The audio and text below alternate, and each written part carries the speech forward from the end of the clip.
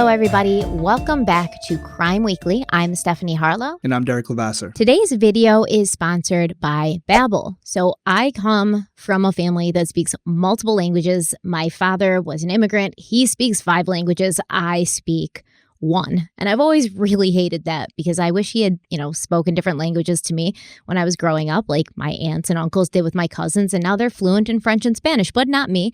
So what do I do to remedy this?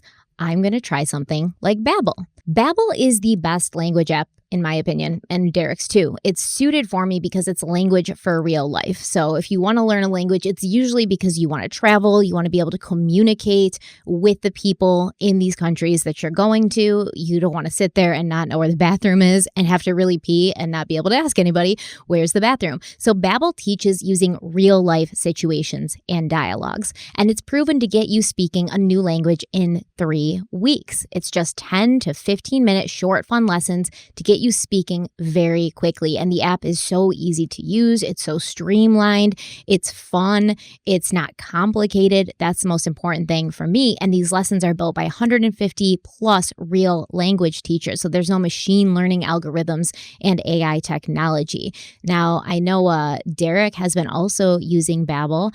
And what have you been learning? Spanish? Because I'm learning French. Yeah, I've been freshening up on my Spanish. I spoke Spanish conversationally when I was a police officer because I worked for a community where there was a large Spanish-speaking population. So something that I would always start off with is estoy aprendiendo español poquito, just to let them know. I won't say what I'm saying, but you probably already know. But it was a preface that I wasn't fluent, and it always made our conversations a little easier. So I definitely think Babbel's a great program, whether you're traveling or just learning to expand your abilities. I would even go out on a limb and say that speaking a second language in this day and age is almost more important than a college degree in some situations. Yeah, and Babbel does teach you in these real life situations, which is how you would learn, right? If you are learning in a language organically, it's the best way to learn. And they have a full learning ecosystem, so you get to decide how you want to learn with the app, whether it's podcasts, games, live classes. All of these things are included as part of your subscription. And the best part is it works. University studies have shown that 15 hours of Babbel equals a semester of college in Spanish, which is amazing. And I've been really taking leaps and bounds with it. I'm actually super happy. So how do we tell them to check this out, Derek? Pretty easy. You can go to the link in our description box right below. And if you do, you're going to save up to 65% on your Babbel subscription. Again, just click on the link in the description below.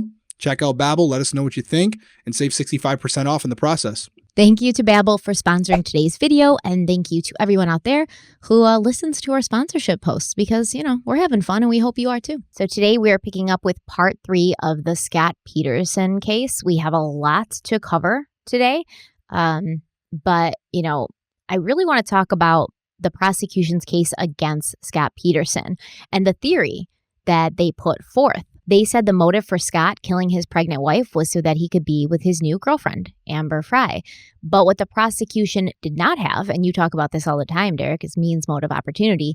They thought they had the motive, but they never had the means. They can never quite put their finger on how he had done it, where he had done it, because as we'll find probably in the next episode when we talk about their actual investigation, they didn't find any sign of a struggle in the house. There was no blood. There was no sign that a crime scene had happened. So they never really actually had a crime scene.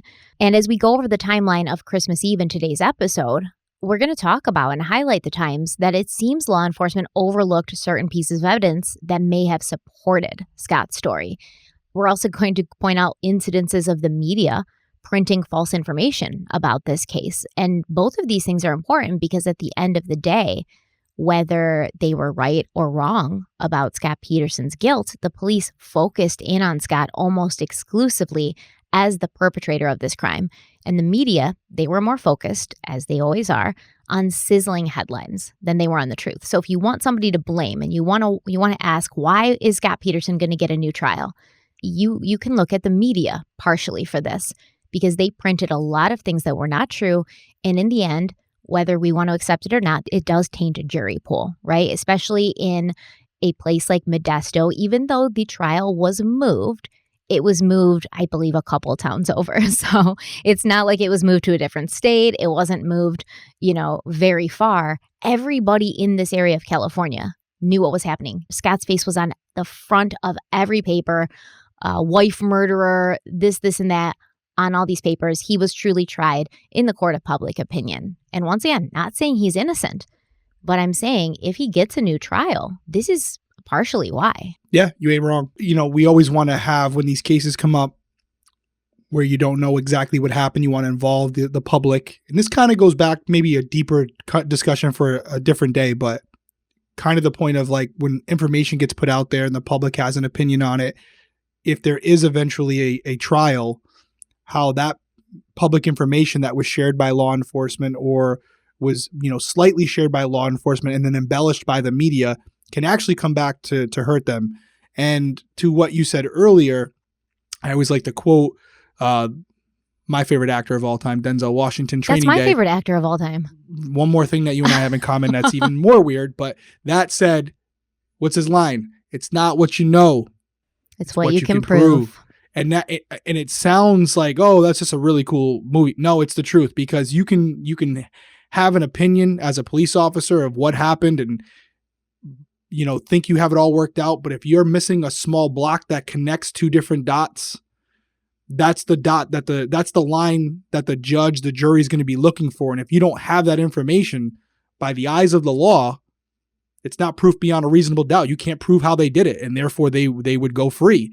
And that's where a lot of people who think Scott is innocent, they kind of fall back on saying, we get it. He was doing some shady stuff, but there was really nothing tangible that showed us how he carried out this murder. So, and that's why you and I are here today, and we're covering it again, as many others have, kind of differently, but this is what makes this case so polarizing. Yeah, and I really look at this case, and I know how gung-ho that jury was. When Scott Peterson, when the verdict was read and it was guilty, you could hear cheers ringing through the streets, people waiting outside the courtroom, completely silent, waiting outside the courthouse, outside, completely silent.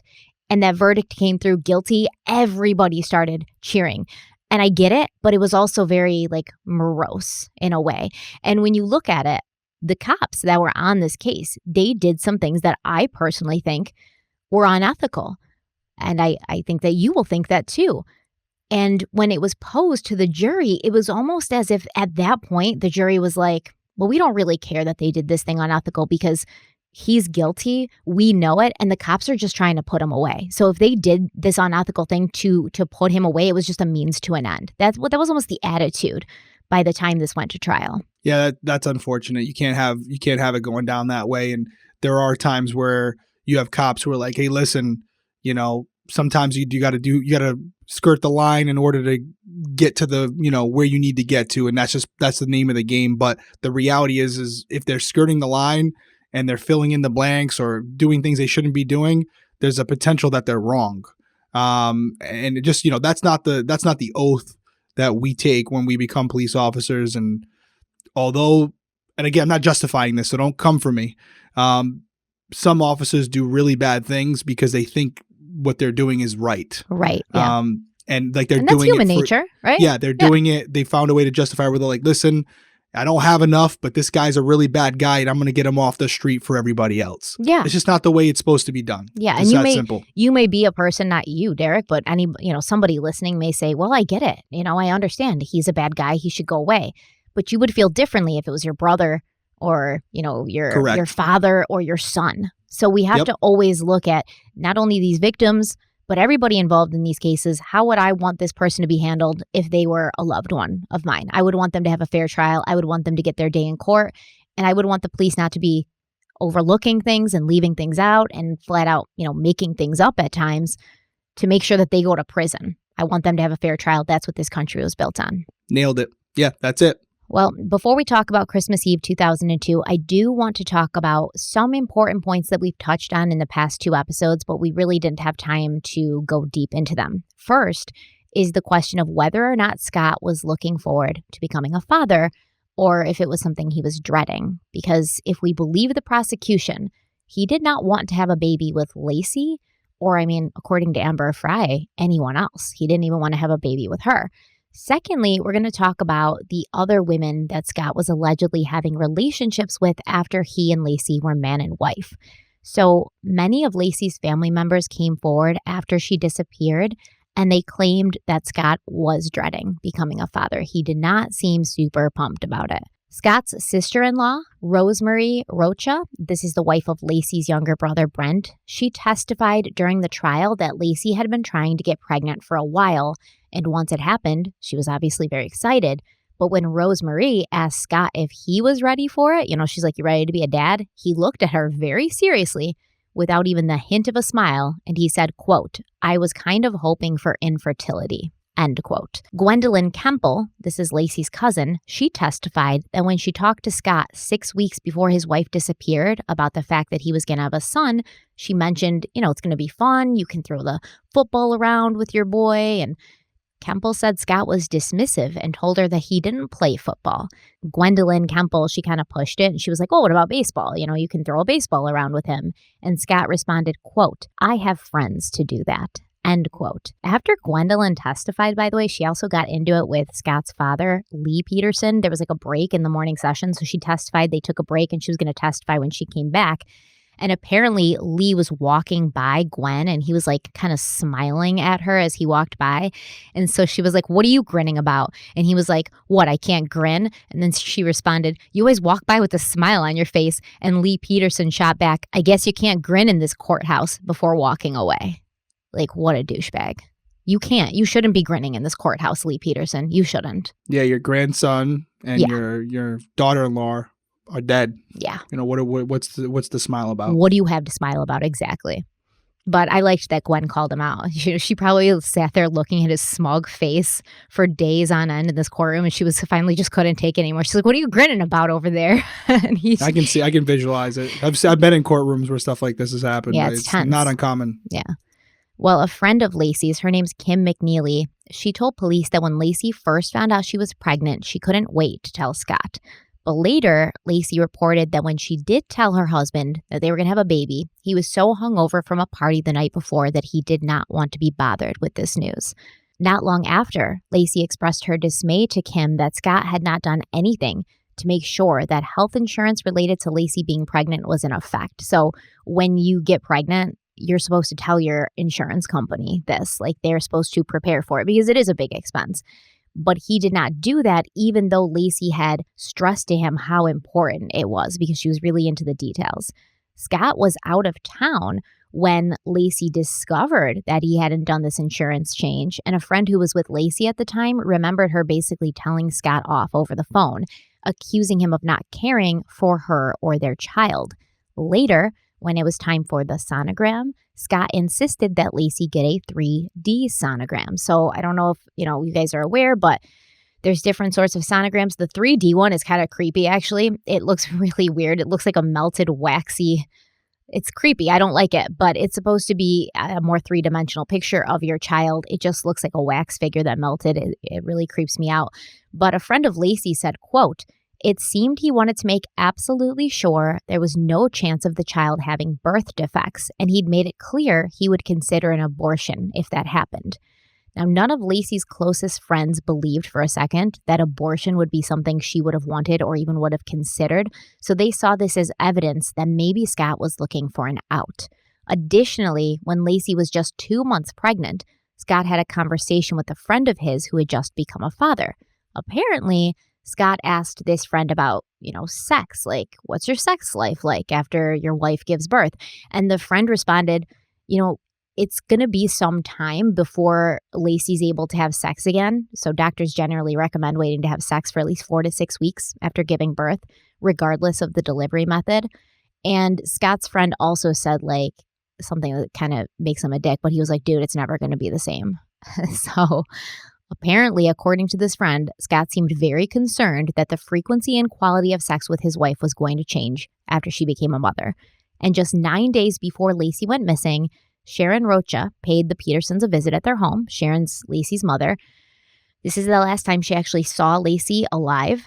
It's the last time she was with her in person before she died. And Sharon was, sitting with Laci on the couch, and she was listening to Laci's stomach, trying to see if she could hear the baby or feel baby Connor. And as she was doing this, Laci made a comment that Scott never wanted to hear or feel the baby. She said she would put his hand on her stomach for a moment, but he wouldn't even wait long enough to feel Connor moving before he took his hand off. She said the baby was kicking, so I put my hand on her stomach because I'd never felt him kick. But she leaned over to me and she said, Mom, she said, Scott doesn't like to do this. She said, I've asked him to, feel my stomach when the baby kicks, and he never wants to touch my stomach. That really, really bothered me. And that was the last time I saw her. Yeah, all of this is really enlightening. We had heard about Scott from some people who said he was really excited about Connor. He was, painting the room and all these things. But we're hearing from a lot more people that have no skin in the game, saying he wasn't really excited about it, including from Laci Peterson, not directly, but indirectly through Sharon. And I do think you definitely have to take that into consideration again when we're talking about motive. I don't care about him as a father or husband. I don't care. Is he capable of murder? Did he have a reason for wanting to kill Laci?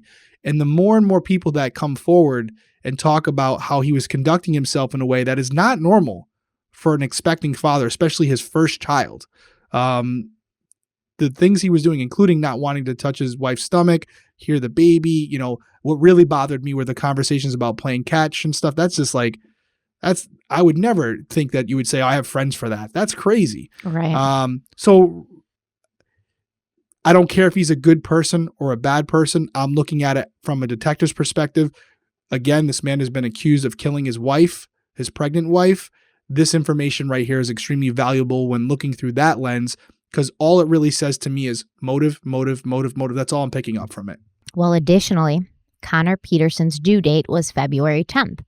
And this happens to be the same day that Scott's girlfriend, Amber, would be celebrating her 28th birthday. So her birthday was the same day as Connor's due date. Scott had told Laci he was going to be out of town in Europe for business, when in reality, he was going to be with Amber, celebrating her birthday with her.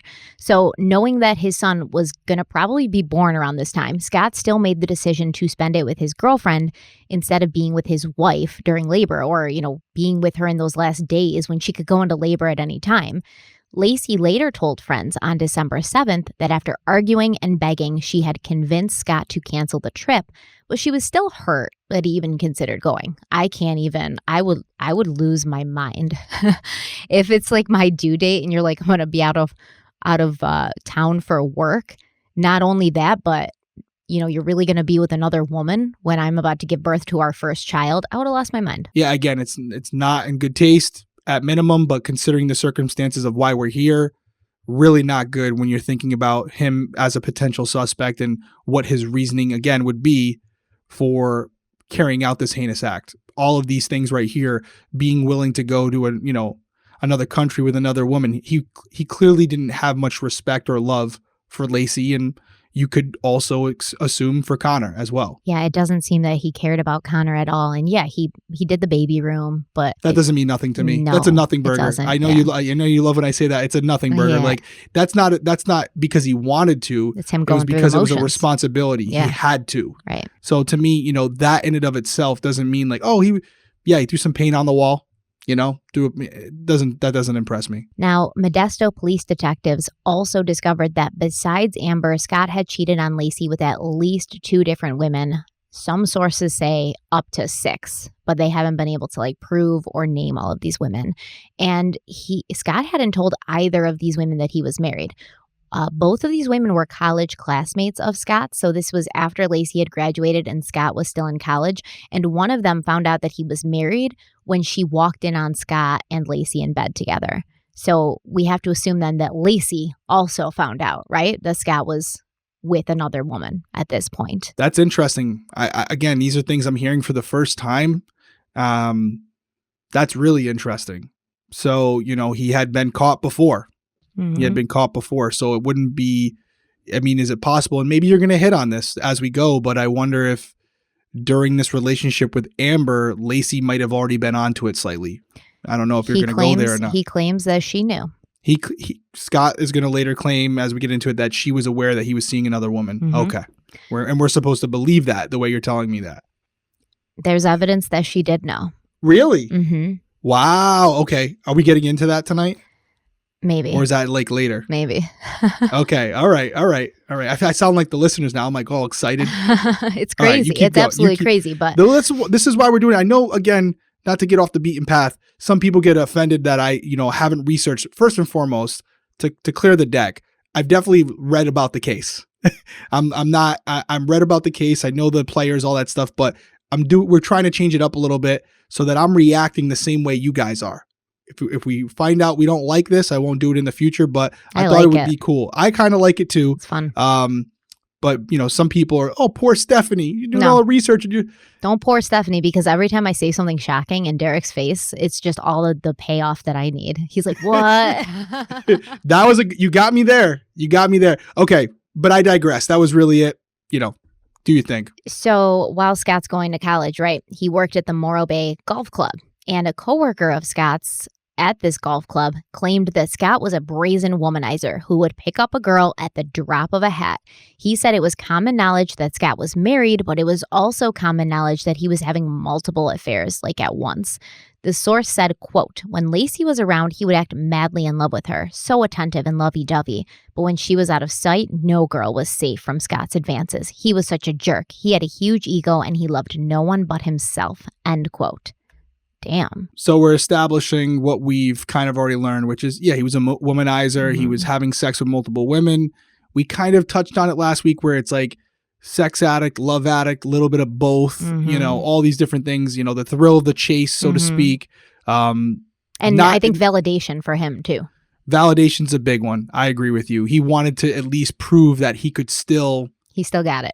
He still got it. That's the best way of saying it. He still got it. I'm still, even though I'm kind of, got the ball and chain on, I can still have any woman I want. That's, I think validation is the perfect way to describe Scott Peterson. Yeah, and I don't think it was just validation for himself, because it didn't seem like he hid these affairs, right? It didn't seem like he was on the down low about it. His coworker said it was common knowledge that he was this just brazen womanizer. So it's almost like he wanted props from the people around him. Like, yeah, I know you're married, but you can also sleep with as many women as you want, like high fives, locker room kind of thing. But I do find that even a lot of men are turned off by that kind of like, I don't know, brazen, that word is good, that brazen sort of like just degenerateness, right? Yeah, no, it's a slippery slope, because I've definitely been in situations where you have guys who, anytime they're out, they're always looking for the bigger and better thing. And then I've had other guys that, might be talking to maybe two women at the same time, things like that. And it's, depending on how you're brought up, depending on where you're from, you are going to have an opinion on it. That's not what we're here for. But it does seem like this behavior, this pattern is something bigger than just, being a guy who, has likes to talk to different women. Sex drive, or like a big sex drive, right? Right. There's more to it. Yeah. This guy is like overt, and it's from so many different people now. Co-workers, friends, it's so many different people. And it almost seems like this isn't an excuse by any means, like a sickness. He can't help himself. Right. He literally can't help himself. And he's definitely not socially aware that people are picking up on it around him, that he's a scumbag. You know what I mean? He thinks he's the coolest cat on the golf course. Yeah. He thinks that they're all like, oh, that's Scott Peterson. He's got it all, man. He's a stud. Mm-hmm. Yeah. You know that person, men and women, where it's like they're telling a joke or something, or at a party, and like they're completely not aware of their surroundings, and that everyone thinks they're a fool. But in their mind, they're like the life of the party. Are you talking about me right now?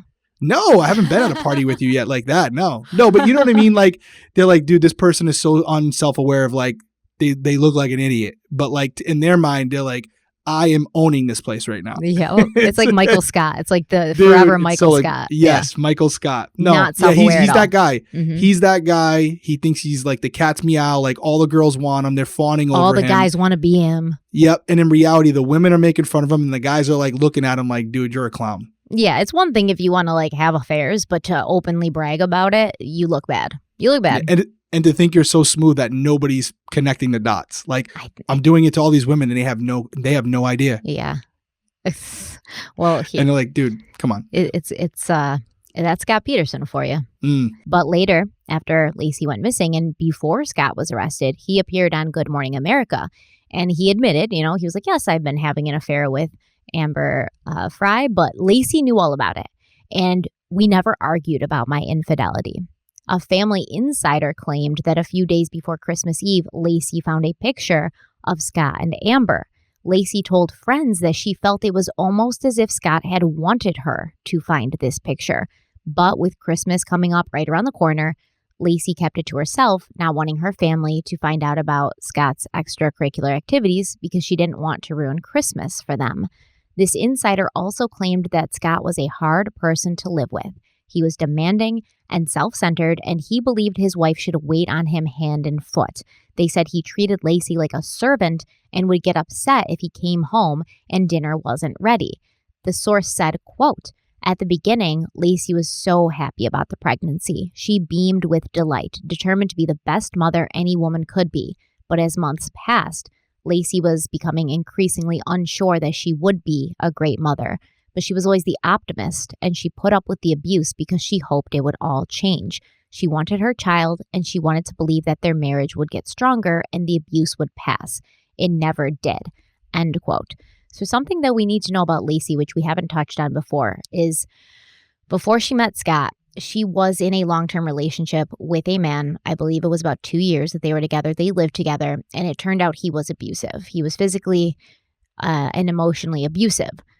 So I'm not going to say that it's a pattern because I don't know if Scott was physically and emotionally abusive. We can't believe everything this unnamed insider says. They could be making it up, and that's why they don't give their name. But at the end of the day, I think somebody like Laci is going to look around and say, listen, I have a child in me right now. We have this beautiful house that we created together. Yes, he may be stepping out on me, but maybe this is just a phase. Maybe this is something guys go through when they're about to have, a kid, and it's like a midlife crisis and he just needs to get it out of his system. I think I can bring him back.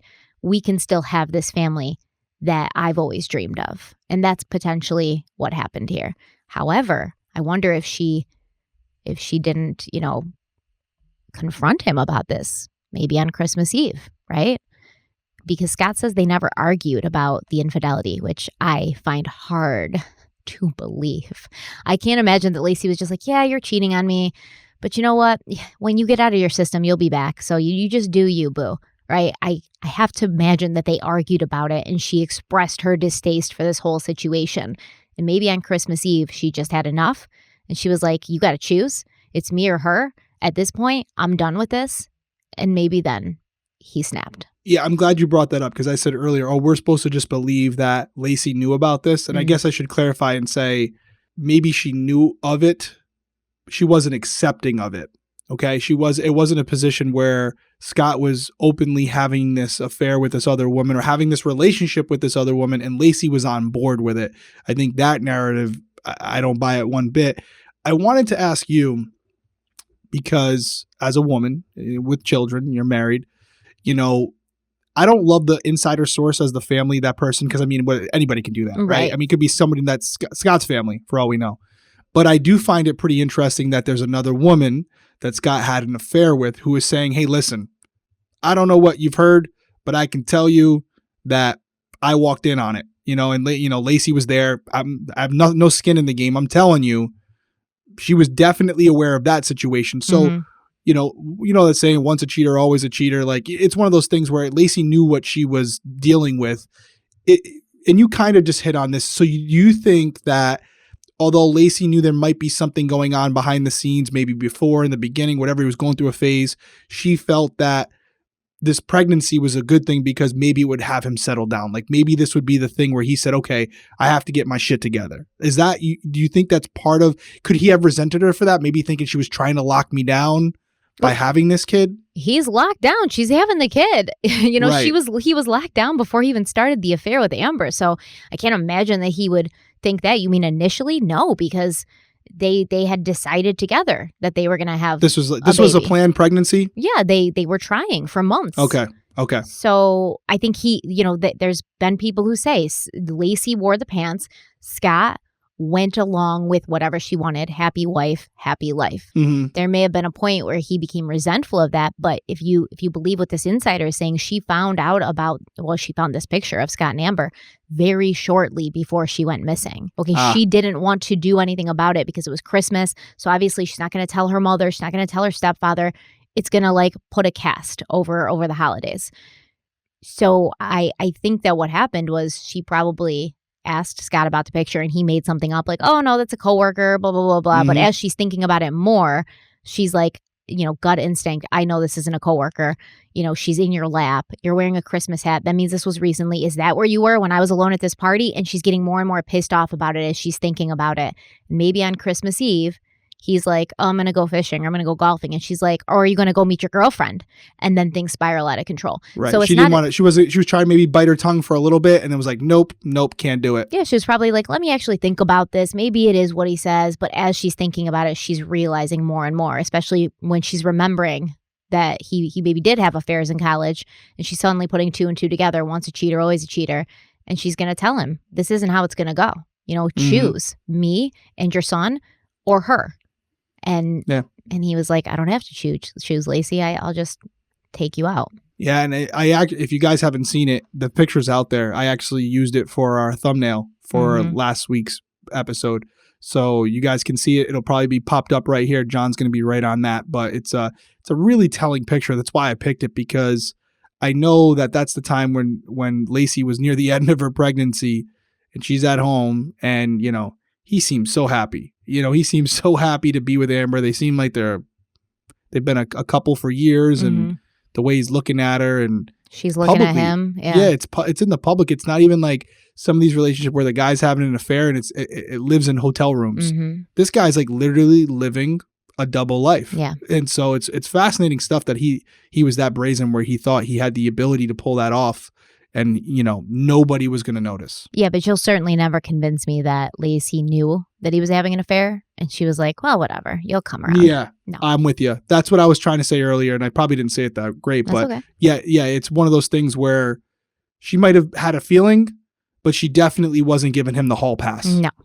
It wasn't like, hey, some relationships, nothing wrong with it. Goes back to our undercover pineapple, right? Like some relationships, the wife might be like, hey, listen, as long as I know about it, I'm fine with it. Maybe you invite me in every once in a while. Yeah. Don't do it, Stephanie. They're already thinking. They're already thinking. But if that's the case, I think other people around Laci and Scott would be like, I will say this. They were very open. There would be some indication of it, because usually couples like that are very open about the fact that they're swingers or whatever, that they allow for, an open relationship where you can go see other people. Like they're like, oh yeah, we do that. That's usually how those couples, that's how they get other people involved. But you get that impression from Laci Peterson. She seemed the very traditional type, right? No, she seemed very traditional. And forget what I think. Her family and friends are the people who know her best. Anyone who could come out and say, listen, they were very open with each other. Nobody's come out and said that. No. The only thing they're saying is what we just watched with Sharon. That was not the case. It was the opposite. So, there's my pineapple behind me. It's on this side. Sorry, I was covering it. There he is, hanging out. Well, our timeline actually starts on December 23rd, 2002. Scott says that at 5:45 in the evening, he and Laci went to the salon that Laci's half-sister Amy worked at. It was in Modesto, so that Amy could give Scott a haircut before Christmas. Amy said this was not out of the ordinary. She cut Scott's hair at least once a month. So Laci sat next to Scott while he got his hair cut, and Amy showed Laci how to use a flat iron to flip her hair up at the ends. Amy testified that as the three of them chatted, Scott offered to pick up a fruit basket that Amy had ordered for their grandfather for Christmas. Scott told Amy he was going to be playing golf the next day, and the course he was playing was near Villa Farms. And this is a produce market who had sold Amy the basket. Amy had actually gone there earlier in the day, picked it out, paid for it. Amy told Scott that he could pick up the basket on December 24th anytime afternoon, but he had to be there before 3 because that's when Villa Farms closed. Amy said that Laci seemed really tired. She was wearing cream-colored maternity pants, a black blouse with cream dots or cream flowers on it, a pair of Mary Jane slip-on shoes, a cream scarf, and a jacket. Scott claims that before they left, he invited Amy to their home that night for pizza, but she declined. She said she was meeting a friend. When they left the salon, Scott claims he and Laci picked up a pizza from Mountain Mike's on the way home, and once they got home, they ate the pizza and watched Monday Night Football. 8:30 p.m. on December 23rd was the last time anyone besides Scott spoke to Laci that night or ever again. Laci's mother, Sharon, remembered that she was on the phone with a friend that evening discussing holiday plans, and Sharon told her friend that she was still waiting to hear if Laci and Scott were going to be at dinner for Christmas Eve the next night. It was happening at Sharon's house. Sharon said that it wasn't like Laci to leave her waiting until the last minute, but she kind of expected that they would accept the invitation, so she'd already gone grocery shopping for the meal. While she was on the phone, Laci called and Sharon answered quickly since they'd been trying to contact each other for the last few days, but they kept missing each other. Laci told Sharon that she and Scott would be going to dinner the next night. Laci also told Sharon about her doctor's visit from earlier in the day, and she went through the whole exam as she always did, and she told her mother that everything was fine with her and the baby. And this doctor's exam that day is going to be very important during the trial in trying to determine Connor's gestational age at the time of his death. Sharon and Laci exchanged I love yous, and then Laci hung up. According to Scott, once Laci got off the phone, they finished watching football, and then they watched the movie The Rookie before going to bed around 10:30 p.m. Scott claims that Laci went to bed wearing his blue pajama bottoms to bed. So there's like these blue pajama pants. There's actually a picture of her laying on the couch. She's wearing a white t-shirt and like light blue pajama pants. And these are the pants that she was wearing that night. She liked to wear them. They're bigger and more comfortable. Later, the police would find the cream maternity pants and a black blouse that Laci had been wearing at the salon, and they found these clothes in the dirty clothes hamper. After Laci disappeared, the Modesto police brought Amy, Laci's half-sister, to the house and had her identify the clothes that she'd seen her sister wearing on the 23rd. Now, the media would report that when Laci's body was found, she was wearing those clothes from the night before she went missing, the cream maternity pants and the black blouse with the cream dots on it. And this actually came directly from the prosecutor, Rick DeStasio. He insinuated this during his opening statements at Scott's trial, but it was, unequivocally false. It wasn't true. In reality, Laci, when she was found, she was wearing khaki maternity pants, capri pants. So from the evidence we have, it appears that on the night of December 23rd, Laci removed her clothing and got changed before bed. She put on a pair of Scott's pajama pants, and those were also found in the hamper the next day. So initially, the prosecution and the police were trying to say that Scott had killed Laci that night, December 23rd, after she'd gotten off the phone with Sharon. Mm-hmm. But something happened, never changed, got it. Right. So, and then if they're saying she's found in the bay wearing those clothes from the 23rd, that's going to make sense. But she wasn't found wearing those clothes. Those clothes were found in the clothes hamper. The pajama pants she was wearing were found in the clothes hamper. So it looks as if Laci got changed that night, put the pajama pants on, and the next morning she woke up, got changed again, and put those pajama pants in the hamper, right? Got it. Now when she's found, she's wearing a khaki colored pants, not the same ones from the day before, because cream colored, khaki colored, definitely different pair of pants on a different day. But the worst part is Rick DeStasio, the prosecutor, he had this information, right? The police had those clothes that Laci was seen wearing on the 23rd. They knew that they were there. They knew they weren't on Laci's body when she was missing. So why he would say that in opening statements and be misleading to the jury, it's a good question. Stupid. But it worked. It might work, but at the end of the day, yeah, you're right. You keep going. It did work. But how's it working now that he's like up for a new trial? How's it working now? Yeah. So Scott claims that on the morning of December 24th, this Christmas Eve, Laci woke up around 7 a.m. and got dressed. Apparently she was feeling sick that morning, which is normal. She's pregnant. And by the time Scott woke up around 8 or 8:30, Laci had already eaten a bowl of cereal, but she sat with Scott while he ate his cereal, and she had a piece of plain toast. Apparently, Scott was eating cinnamon puffs from Trader Joe's, and we actually have a receipt that shows Laci purchased this cereal the day before when she'd been out grocery shopping. At 8:40 a.m., there was activity on the home computer, and this home computer was kept in the spare bedroom. At this time, Scott claims he was in the shower, so it must have been Laci using the computer. Whoever did the searches accessed the MSN homepage. They accessed a weather site from Yahoo and 2 Yahoo shopping sites.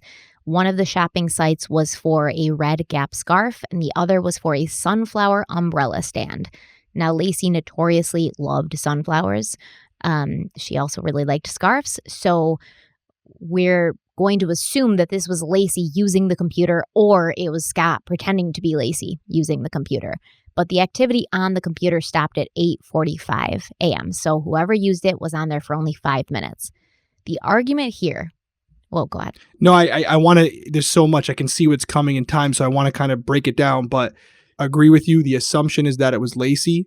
I think reasonableness would say it was Laci, unless this was something that was premeditated. Scott, not being a dumb guy, decided that this, they're going to check the computer, let me make it look like activity. But I think this, in conjunction with the clothing she was wearing, all that stuff, it does suggest that she was still alive that morning.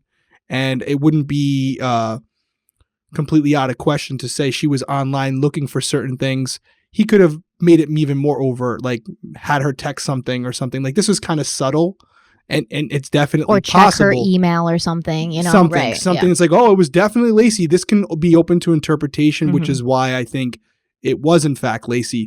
I do have a question for you, and you might get to this. And if you are going to, don't let me ruin your thunder.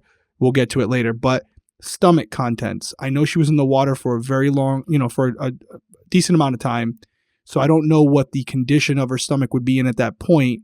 But the fact that she allegedly had cereal and toast that morning, I would be curious. Are we going to dive into that? Was there anything that just kind of ruled it out, saying her body was too badly decomposed by that point? Derek, her body was a mess. So when she was found, she didn't have arms. She didn't have legs. It was just like a torso. Right. And yes, she was in the water for so long, right? She goes missing in February. I think it was April when they found her, if I'm correct. She was... Yes, it was April. Yeah. You're right. Yeah, April. So there was something in her stomach. There was plant life growing in her body cavity. So no way to determine. Water is the biggest enemy of investigators. We talked about it with Robin Pope, even for a short period of time, 20, 30. I mean, so I just was asking because I know people out there are probably asking, and it would be something that would be extremely important, because if she had toast and cereal, you'd be able to prove that she was in fact alive at that time. Yeah. So again, question asked, question answered. Well, the argument here is that if Laci was using the computer, she was still alive on December 24th at 8:45 in the morning. However, an analysis of Laci's computer was never done. So this may have helped prove whether this online activity was typical for her or atypical, but the police and the prosecutors never had that done. So we don't really know what other things Laci would do online typically, or if she was, known to go shopping in the morning or, do things like that. They never really dove into that. I think that the prosecutor and the police initially believed that it was Scott using the computer, trying to make it seem like it was Laci, because they were still on that whole he killed her on the 23rd kick. Right, especially if they're putting out there that she was in the same clothes as the night before. So yeah, that wouldn't make sense. They tunnel vision, just saying, right? Yeah, they're see just saying, what they listen, want. Interesting. Still though, goes back to the same, with the other case. What's the case where they didn't do the search? I'm drawing a blank right now. Can't stand this woman. Casey Anthony? Casey Anthony, yeah. Thank you. The decision, they did search a computer. They just searched only one. Right. I can understand to a certain degree this was done less back, then, but still, we're talking 2002. Yeah. 2002, but I was going to say it still should be done. Mm-hmm. And it might not be as thorough or as good as it is now, or as efficient as it is now. They can do it they can do it so quickly now. But the fact that they didn't do it doesn't really make sense to me. Why not? What do you have to lose? Yeah, or they didn't want to do it because they didn't want it to be proven that it was Laci using the computer. That's the argument there. Fair enough. Yeah, fair enough. I think people who, absolutely, fair enough. So between 8:46 and 9:47 in the morning, Scott claimed that he and Laci chatted while he got dressed, and she told him about her plans for the day. She said she was going to walk their dog, McKenzie. She said she had to go grocery shopping to buy bread for a French toast dish she was going to serve at their Christmas Day brunch. So they were going to have dinner at Sharon Rocha's house on Christmas Eve. And then on Christmas Day, everybody was coming over to their house, to Scott and Laci's, for a Christmas Day brunch.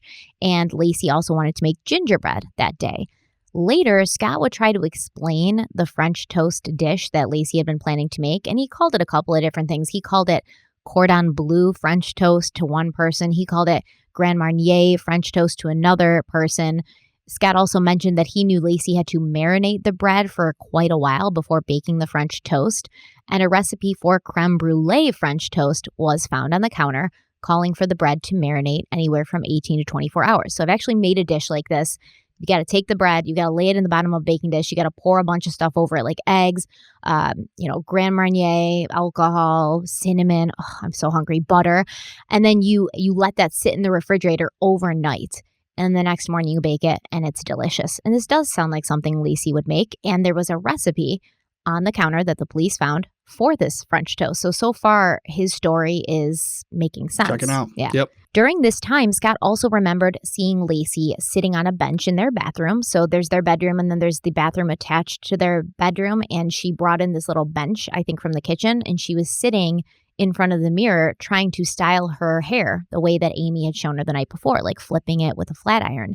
Scott said she looked so cute doing it. That's how he remembered that she was doing it. He just saw her and he was like, oh, she's so cute. Now, the Petersons also had a cleaning lady named Margarita Nava, and she'd been at the house the day before to clean. She would later testify that when she'd been there on the 23rd, there were no items on the bathroom sink and no bench had been found in front of the mirror. But when police searched the Petersons' home after Laci went missing, they did find a flat iron on the bathroom sink plugged in, and that little bench was also in the bathroom. So this is once again further evidence, if we believe the timeline and we believe Scott, that Laci was alive that morning. Because would he go to these lengths to be like, I saw her doing her hair in the bathroom and then like plug her flat iron in and put a bench in there? Would he think to do all of that? It's possible, but we know that those things were not in the bathroom the day before when Margarita was there. Yeah. You said it perfectly. It's possible. We don't know the extent he went to. If you're trying to avoid being charged with murder, there's a lot of extents that people would go to avoid apprehension. So could he have set up a little scenario where he knew what his narrative was going to be to police, and he was going to have little details like the fact that she was flipping her hair with this flat iron? You don't have to be a genius to figure that out, because these little details, you would think, oh, he would never come up with something like that. But to take it at face value for now, it seems reasonable based on everything we know that more than likely the searches, the flat iron these were things that were done by Laci. Yeah. And I mean, no, it doesn't take a genius to do that one thing. But all of these little details throughout his timeline, they all support his story. So I do think, and you'll see, but at times I feel like you would almost have to be an evil genius of some kind, because he would be thinking constantly 7, 8, 9 steps ahead. So if that's the way his brain worked, I guess, but it's kind of hard to believe that he wouldn't like catch up or get himself caught up on any of these little details. And he really doesn't. Yeah, slip up, contradict himself, something like that. We always say that if criminals were smart, we wouldn't catch them. They usually make a mistake. And that's the mistake you have to find and capitalize on as a police officer, as a detective. So yeah, you're right. If he did all this and he pulled it off, perfectly, well, then I've never heard anybody accuse him of being a genius at this point, by the way, either. When they're talking about Scott, no one's ever said, well, the guy's brilliant. I mean, if he's lying about everything that happened this day, this morning, if his timeline is a lie, or even a couple things in the timeline are a lie, he really made sure that nobody would ever find out it was a lie. We do know he's a liar, though. I Yeah. mean, he is a liar. And regardless of what you think about him, he's a pretty good liar, because he had people like Amber convinced that he was going to be the man of her dreams. He was the man of her dreams. So got to give credit where credit's due, not in a good way, but he was able to manipulate situations to fit the narrative that he wanted you to believe. And what do they tell you when you're being trained to pass a lie detector test? You got to believe your own lies. You have to try to keep it as close to the truth as possible, right? Oh, yeah, keep his absolutely. So he might have done that. Yeah, and if he's a pathological liar, they do eventually say things where they forget what's fact and what's fiction, Mm-hmm. and he may have had this ability to really play into whatever scenario he was trying to portray, and we could be looking at that here. We may find out that this was all set up by him, and again, if it did, that's intense. Yeah. That's intense. That's to a lot think of work. he pulled that all off. Yeah, it is. So at this point, Scott claims he went outside and he loaded 3 patio umbrellas from the backyard into the bed of his truck. He was planning to store them at his warehouse office on Laci's request because apparently they didn't have a garage and Laci wanted the umbrellas stored somewhere for the winter. While he was doing this, a neighbor, her name was Kristen Dempwolf, she walked by and she said that Scott smiled at her and he called out, "Good morning." Now, Kristen was also pregnant at this time, and she was about as far along as Laci. And this would be the woman that the prosecution would later claim witnesses saw walking her dog, not Laci Peterson, because you'll find out that after Scott claims he left the house and his cell phone records proved he left the house, something like 10 or 11 people claim they saw Laci Peterson walking around the neighborhood. And the prosecution's like, no, you didn't see Laci, you saw this other pregnant woman. Okay. So after loading up the umbrellas, Scott went back inside and he filled up a mop bucket for Laci. He claimed that she had expressed wanting to mop the kitchen floor that day, and Scott didn't want her carrying around a heavy mop bucket in her condition. Now, something that's interesting about this claim is the cleaning lady, Margarita, she'd just been to the Peterson home the day before. Margarita testified that she'd used Clorox and Pine Sol to clean the floors of the Covina Avenue home, and she says she mopped the entire house as she always did when she was at this house twice a month. Margarita also testified that while she was there, she noticed Laci was very tired. I mean, she's 8.5 months pregnant, right? She's like very far along. Her feet are swollen. So Margarita said that, Laci was like eating lunch. She was sitting on the couch a lot, watching television, propping her feet up. She was just very exhausted.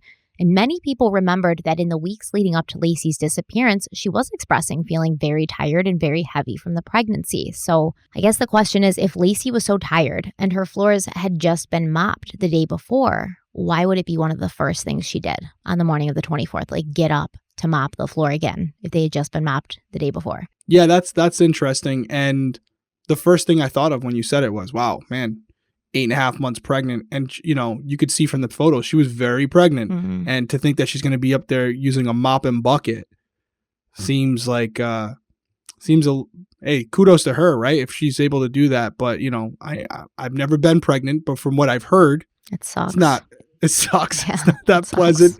And so I don't think that at 8.5 months, you're ready to, have a baby. You're going to say, hey, you know what? Throw up a mop and bucket. I'm going to clean this floor right after we just paid someone to do it. Right. Well, Scott was asked this question and he claimed that Laci wanted to mop the entryway because that was where like their dog McKenzie went in and out, and they had cats and they would go in and out, and she was going to be entertaining people the next day. So she wanted it to be freshly cleaned. And we do know from reports of people close to Laci that she was a meticulous housekeeper.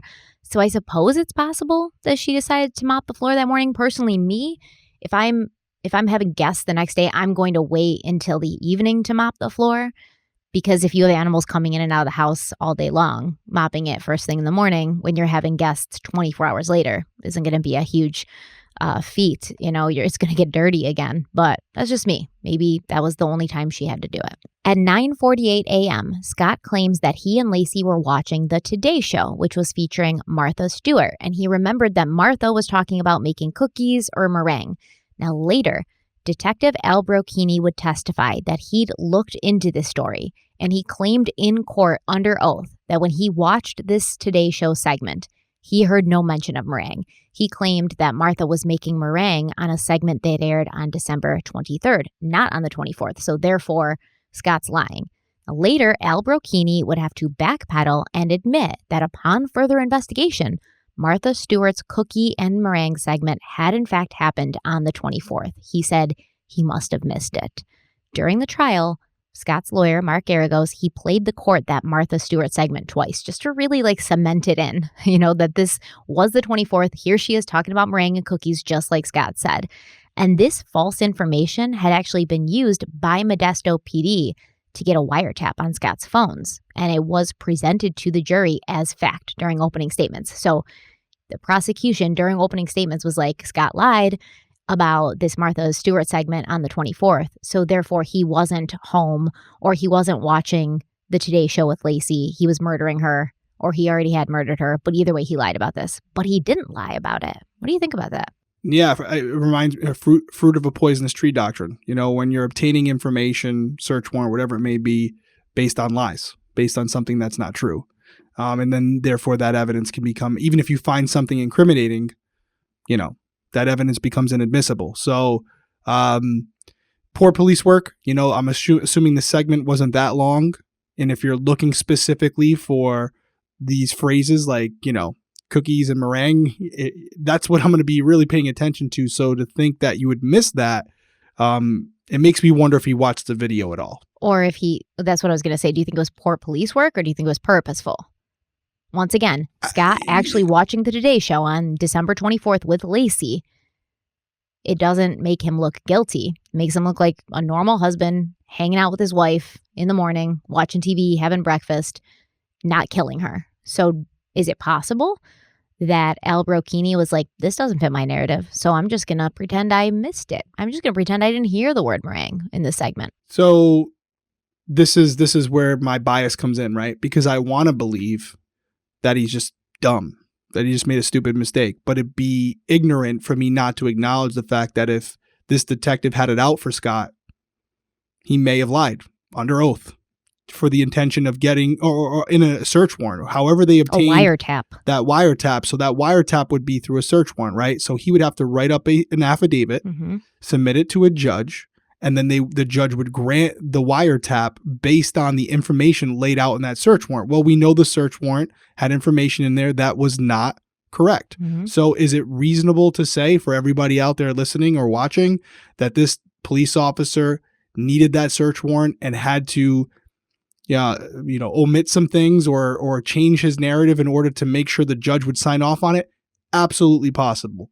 Absolutely. In my heart, I hope that's not the case, but I'd be a fool to not sit here and say that could have been the main purpose of him getting this information, quote unquote, wrong, Yep. Well, wouldn't be the first time that it's been proven that that's the case. So that's what I'm saying. And once again, you guys start yelling at me. Yeah. Well, I mean, once again, you may have people out there who are like, well, who cares? Scott's clearly guilty. Who cares? Well, I care. And you should all care, because if we keep letting the justice system make its own rules, then we could be the victim of that one day, or someone we care about could be the victim of that one day. We have to have the same set of rules for everybody, whether you think they're guilty or not, because you are innocent until proven guilty in a court of law. And if you're proven guilty in a court of law based on false information, that's a problem, right? Yeah. Yeah. And so were you familiar with the fruit of poisonous tree doctrine? Yeah. Exclusionary rule. So for anybody who doesn't know, because I'm talking like a third language, a lot of the true crime fans do know this stuff, but let's say that on that wiretap, he admitted to killing Laci. If they were able to prove that the stuff that was put in the search warrant was the reason they even issued that wiretap search warrant in the beginning, anything he said on that wiretap would be inadmissible in court. That's literally, it's based on the exclusionary rule, and that just extends it. Basically saying, hey, listen, if you got access to the tree illegally, any fruit that obtained from it is poisonous. You can't use it. So it happens a lot. It happens a lot where the defense attorneys will not go after the evidence itself.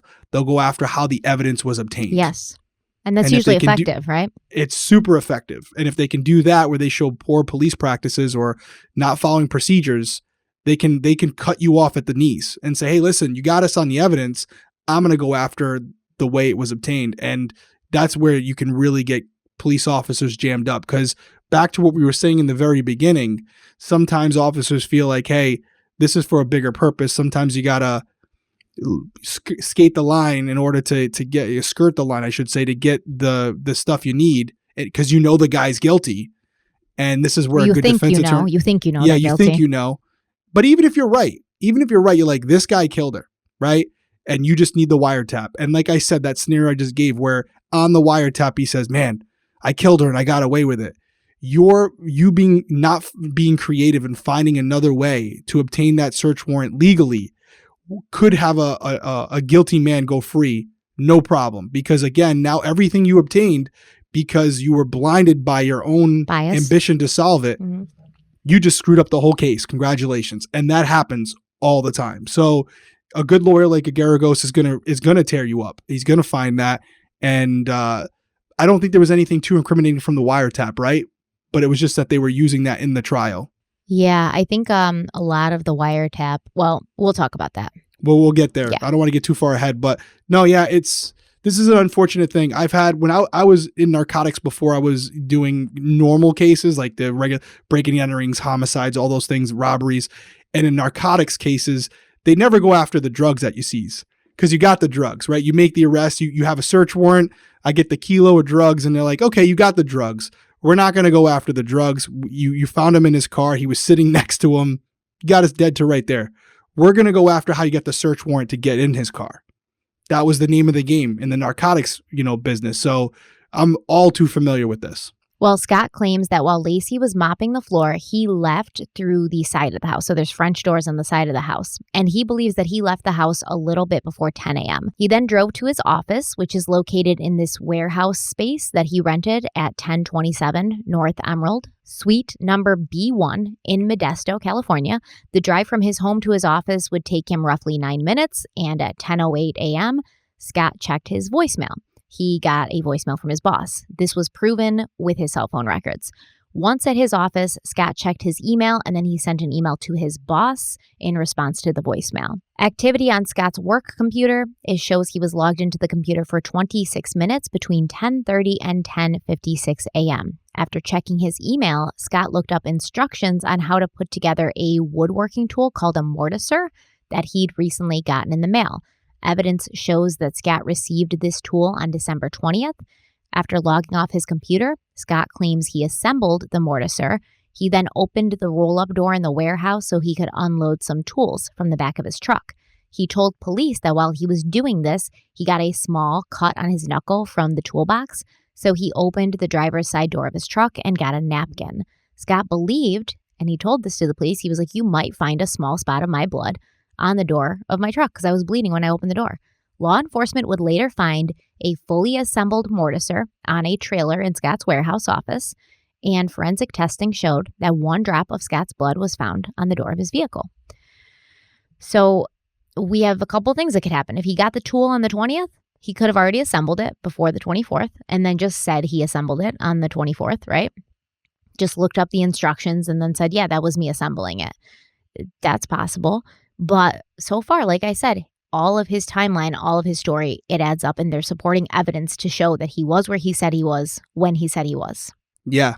And it could be because he's telling the truth, or it could be because he's concocted this complete story that supports everything that he knows is going to be of interest to police, the blood on the door, et cetera, things like that. He's got a story for it all. Yep. Well, once the prosecution had gotten over their theory that Laci was killed on the 23rd, their next theory was that Scott killed Laci the morning of the 24th. He then put her body in his truck, drove her to the warehouse, at which point he unloaded her body from the truck, brought it into the warehouse where he stored the boat that he had just purchased. Now, it's important to understand this isn't some giant warehouse that Scott has. So Scott was already storing his boat and the boat trailer in there, and there was like tons of bags of fertilizer. So there wasn't enough room for him to like back the truck up into the warehouse. Yeah. So if what the prosecution claims is true, Scott would have been taking Laci's body out of the truck in broad daylight and in clear view of anyone who happened to be walking by or watching. He would have also have needed to bring her body outside into the truck from the home into his truck in broad daylight since they don't have a garage at the Covina Ave home. And as we know, a neighbor walking by Scott, she saw him loading umbrellas into his truck. So that seems like a big risk to take, unless the prosecution's original theory was a little bit more right than we think, and Scott killed Laci earlier in the morning and brought her body out while it was still dark, and then he went back outside and didn't leave until it was daylight so people could see him leaving and he's, loading things up. But that still doesn't help him once he gets to the warehouse, right? And he has to move her body again because then it would be light by that point. Yeah, it's a lot of theories. I don't have a lot to weigh because it's all speculation. So for me to sit here and weigh in on multiple theories, I don't, based on, again, taking it at face value, not being the guy going through the evidence, based on the searches, based on the Flatiron, based on the fact that multiple people would say later that they saw Laci, all these different things, right? It suggests that she was alive at least on the 23rd, okay? Mm-hmm. That she was alive come the morning of the 24th. But, not knowing the layout of the warehouse myself, it does seem like it was very small, and you would be running a major risk by moving around a pregnant woman's body and not having anyone notice anything out of the ordinary, because I did look up the boat. And the boat's very small. It's not like it's a cabin cruiser where you're bringing things downstairs. It's a little aluminum boat where anything that's positioned in that boat, anything at all, a cooler, you're going to see. There's just 2 or 3 little benches. It's not deep. So having a duffel bag or anything large in size on that boat would be completely obvious to anybody seeing you at the warehouse or while you're driving to wherever you're going while trailing the boat. Well, Scott had also told Laci and her sister, Amy, remember, that he'd been planning to go golfing that day. But he claims while he was at his office, he was like, it's too cold to golf. So he decided to bring his new boat to Berkeley Marina to try it out for the first time. Now, this is a hard one for people to understand. They don't really get why on Christmas Eve morning, Scott would be leaving his very pregnant wife to go and do anything, golfing, fishing, anything. So if Scott thought it was too cold for golf, wouldn't that definitely make it too cold to go out into San Francisco Bay on the water where it's going to be even more cold? This is what he claims happened, but let me tell you, I've been to San Francisco on the bay. It gets super cold, super windy. It's definitely worse weather conditions than you're going to see on a golf course. Yeah, and the boat, again, we talked about it last episode. The boat itself, you could see the motor on the back. It's a small gas-powered motor. The tides, if they're strong, a small motor like that would not allow you to maneuver that water easily. So from someone who's been on boats, multiple times, I'm talking about Scott, that would not be the ideal time to take it out, because when you're fishing, especially if you're not trolling, for fish, you want to stay in a certain position for an extended period of time if you're trying to fish a specific area. And having this small motor that doesn't allow you to kind of position yourself or even anchor yourself would not be ideal conditions for fishing. So Scott decides he wants to go fishing. He wants to go take his boat out instead of go golfing. He said he backed his truck up to the warehouse door. He hooked the trailer with the boat on it up to his truck. He went back inside the warehouse, closed the roll-down door, locked it, and then he exited the warehouse through the pedestrian door, through the office. He left the warehouse at 11:18 a.m. and drove to Berkeley Marina, which is a roughly 90-minute drive from where his office was located. At 12:54 p.m., Scott parked at the marina, and he was able to produce a time-stamped parking receipt when later asked by law enforcement, which it's funny because when he had that, because the police were like, well, do you have anything to prove you're at Berkeley Marina? And Scott's like, yes, I have this thing right here. And then they were like, well, that's suspicious that you kept it. And it's like, what do you want? You asked him if he had proof. You had proof. And then you told him it was suspicious that he had the proof. So it is clearly this bias. And we'll talk about it when we talk next episode about when the police went in the house. From the get-go, they all went in. They were like, something's up with this. It's definitely the husband. They even sent out a message on the radio where they were like, something's odd about the husband. Right from the beginning, they thought it was him. Scott told the police that he launched his boat and headed north for about 2 miles. He then found what he described as a small island with a no landing sign on it and some trash on it. He said that he felt this would be a decent area to fish because it was shallow. Now, this area ended up being Brooks Island, and witnesses have confirmed that it is, in fact, a shallow area. Scott claimed he had forgotten some lures he'd just purchased in his truck, so he used some freshwater jigs he had in his tackle box. He claimed he trolled for a bit, and then he headed back to the marina because it started to rain and he was getting wet. Law enforcement would later recover a Big 5 shopping bag with brand new lures inside. They were in Scott's truck, just like he said they were. Scott had also purchased a fishing pole on December 20th, and when that was recovered, it did in fact have a freshwater jig on it. The fishing pole had never been used before December 24th, and the price tag for it was found on the bottom of Scott's boat. A 2-day fishing license for December 23rd and December 24th was also found in the truck, and this license had also been purchased on December 20th, the same day he'd bought the fishing pole and the lures. Now, this raises another question. If Scott got the fishing license on the 20th, but he hadn't used it on the 23rd, and he'd only decided last minute to go fishing on the 24th, was it actually a last-minute decision? That he was like, it's too cold to golf, so I'm going to go fishing? Or was the whole golf story a lie? Did he never plan on going golfing? Yeah. I mean, I'm going back and forth with all this stuff. It's like, especially the parking ticket, I normally wouldn't keep a parking ticket, but again, like you said, the cops are like, hey, do you have any proof? And as soon as he pulls it out, it's like, well, why would you have proof? Well, you wouldn't keep a parking ticket for an extended period of time.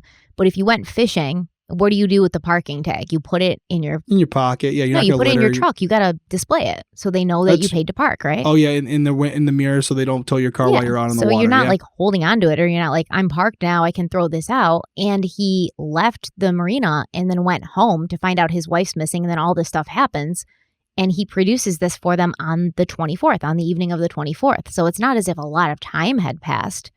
And they were like, do you have this parking receipt? And he was like, yes, 3 months later, I still have this. No. Yeah, it was like immediately after. The same day, yeah. Yeah, I mean, I'm trying to think to me when I do it, like usually I'll have stuff that I'm throwing out from my boat when I'm like getting ready to leave the park, and I'll usually take the parking ticket down. I'll throw it all in the trash can nearby. But oh, dude, I don't. Those parking tickets stay up in my car for weeks, man. Weeks until my husband's like, why do you still have this here? And I'm like, I don't know, throw it out, man. Yeah, so some people would say like, oh, I throw them out right away. But to have it, for the reasons you just said, it's not like it doesn't raise a red flag to me, where it seems like, as you said, 6 months later and he still has this parking ticket.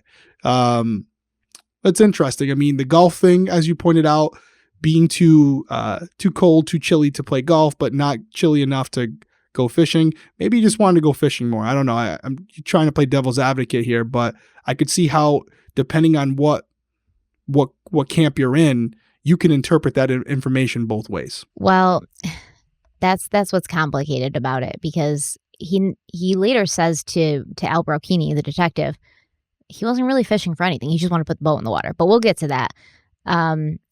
What came out in the media about this fishing trip, a lot of it was false. They said that Scott claimed he was fishing for sturgeon. And so then obviously all these local fishermen were like, that's not true. Like this guy, Carl Oastley of Oakdale, he says he's fished 35 years for huge, tough-skinned sturgeon. And Carl Oastley says none of his story made any sense. It just doesn't hold water. And then another fisherman, Robert Kisner, he was like, pretty much any fisherman will tell you that guy didn't go out there fishing.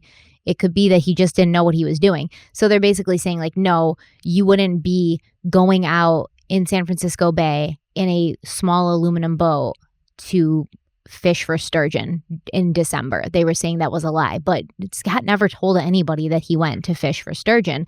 It was just something that it looks like either the media completely made up, or somebody from in the police department leaked this information to them, which you'll see often. Like when they would go into the house on December 24th, the media started printing that the police said, oh, we smelled bleach. That's in no police reports. And all the responding detectives were like, no, we didn't smell bleach. There was no smell of bleach. There was no smell of like cleaning products. And it didn't appear that a crime scene had been cleaned up. Yet the media was printing that the police went in the house and all they could smell was bleach. So this is just another one of those things where just actual lies are being printed in the media. Quick question. I was looking it up. I was looking at the photos. I didn't see anything. I've seen some images where it looks like it's Scott Peterson's boat with a boat cover, like for storage. And then I've seen a lot of images, including it being hooked up to a truck. I think it's Scott's truck. Where there's no cover.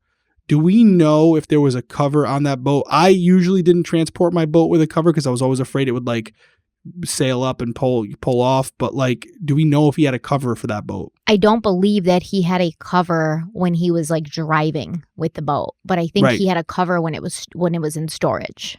Okay. Because there's people who say they saw him that day in the boat, and nobody mentions anything about a cover. Any boat cover. Because again, if there's a boat cover on it, it would be easy to hide something underneath it. So if people saw him driving that boat 90 minutes, I'm sure a lot of people saw him. I'm sure some cameras probably picked him up as well. And there's no body in the boat. He could have the body in the truck. Well, once the eyewitnesses came out and they were like, no, we didn't see a body in the boat. The police were like, well, Scott could have put Laci's body in the toolbox, because there's like a big toolbox attached to his truck in the back. Like it's the entire length of the back of the pickup or the bed. I can see it. Yep. It's a huge one. And they said, well, he put her body in there. But we'll get to that because that would still be a tight quarters. But yeah, we'll get into it. Yeah. We'll get into it. So yeah, like I said, these reports came out saying that he was fishing for sturgeon. Some other reports came out saying that he didn't know what he was fishing for. But during his interview with Detective Al Brocchini, Scott simply said that he hadn't purchased bait because he wasn't a bait fisherman, because Brocchini was like, well, what bait did you get? And Scott said, I'm not a bait fisherman. And when Brocchini asked him if he trolled, Scott responded, quote, "A little bit. I mean, a lot of the reason I went was just to get the boat in the water to see, end quote. I mean, this was the first time he put the boat in the water. He's claiming, I really didn't plan on catching any fish. I just wanted to kind of go out and troll a little bit and just see how it was in the water. There was also a witness who had seen Scott launching his boat that day. But after Scott's arrest, this witness, he ended up needing to go out of town. And Scott's attorney, Mark Garagos, told him, go ahead and leave. We're probably not going to need you at the trial. Now, if this witness had been presented at trial, he would have testified that he'd seen Scott. He'd seen Scott putting the boat in the water. He'd seen the boat. And there was nobody in Scott's boat. And this is, like you said, a pretty small boat. It's not like deep. It's not huge. So you would think that there's not a lot of space to hide the body of a pregnant woman, right? Yeah, John's got to throw these photos all over this. I have a bunch of photos I'm going to send him. We're going to send them. I have them as well. I sent them. So there's definitely images in the previous video that as we're recording this, in the previous video, you're already seeing images of the boat because I sent them to him. But we'll throw up even more. And it's exactly what you're saying. There's like these benches that are made right in the boat. So the areas in between these benches are very small. Yeah. You would have to lay a body or any big object over these benches. So the object, if it were a body, would actually be elevated and would be seen over the side of the boat. So and that's what I kept going back to. Like, how would he, if he's at a marina, something, people around during the day, I don't know how he would not be seen. And again, we all as fishermen, like, we're used to seeing people bring a tackle box out or a backpack. That's like normal, sandwiches or whatever, a cooler.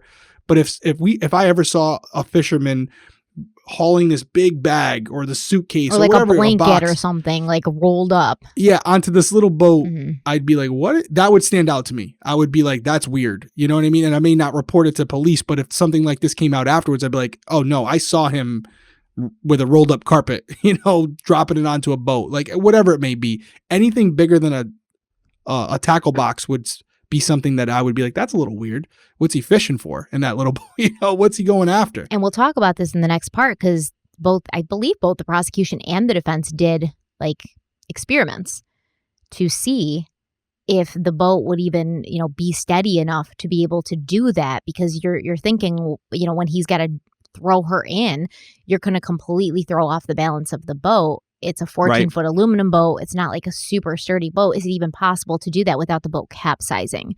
And there's a lot of controversy about these experiments too, and we're going to get into that next time. Do you dive into anchors at all? Not this episode.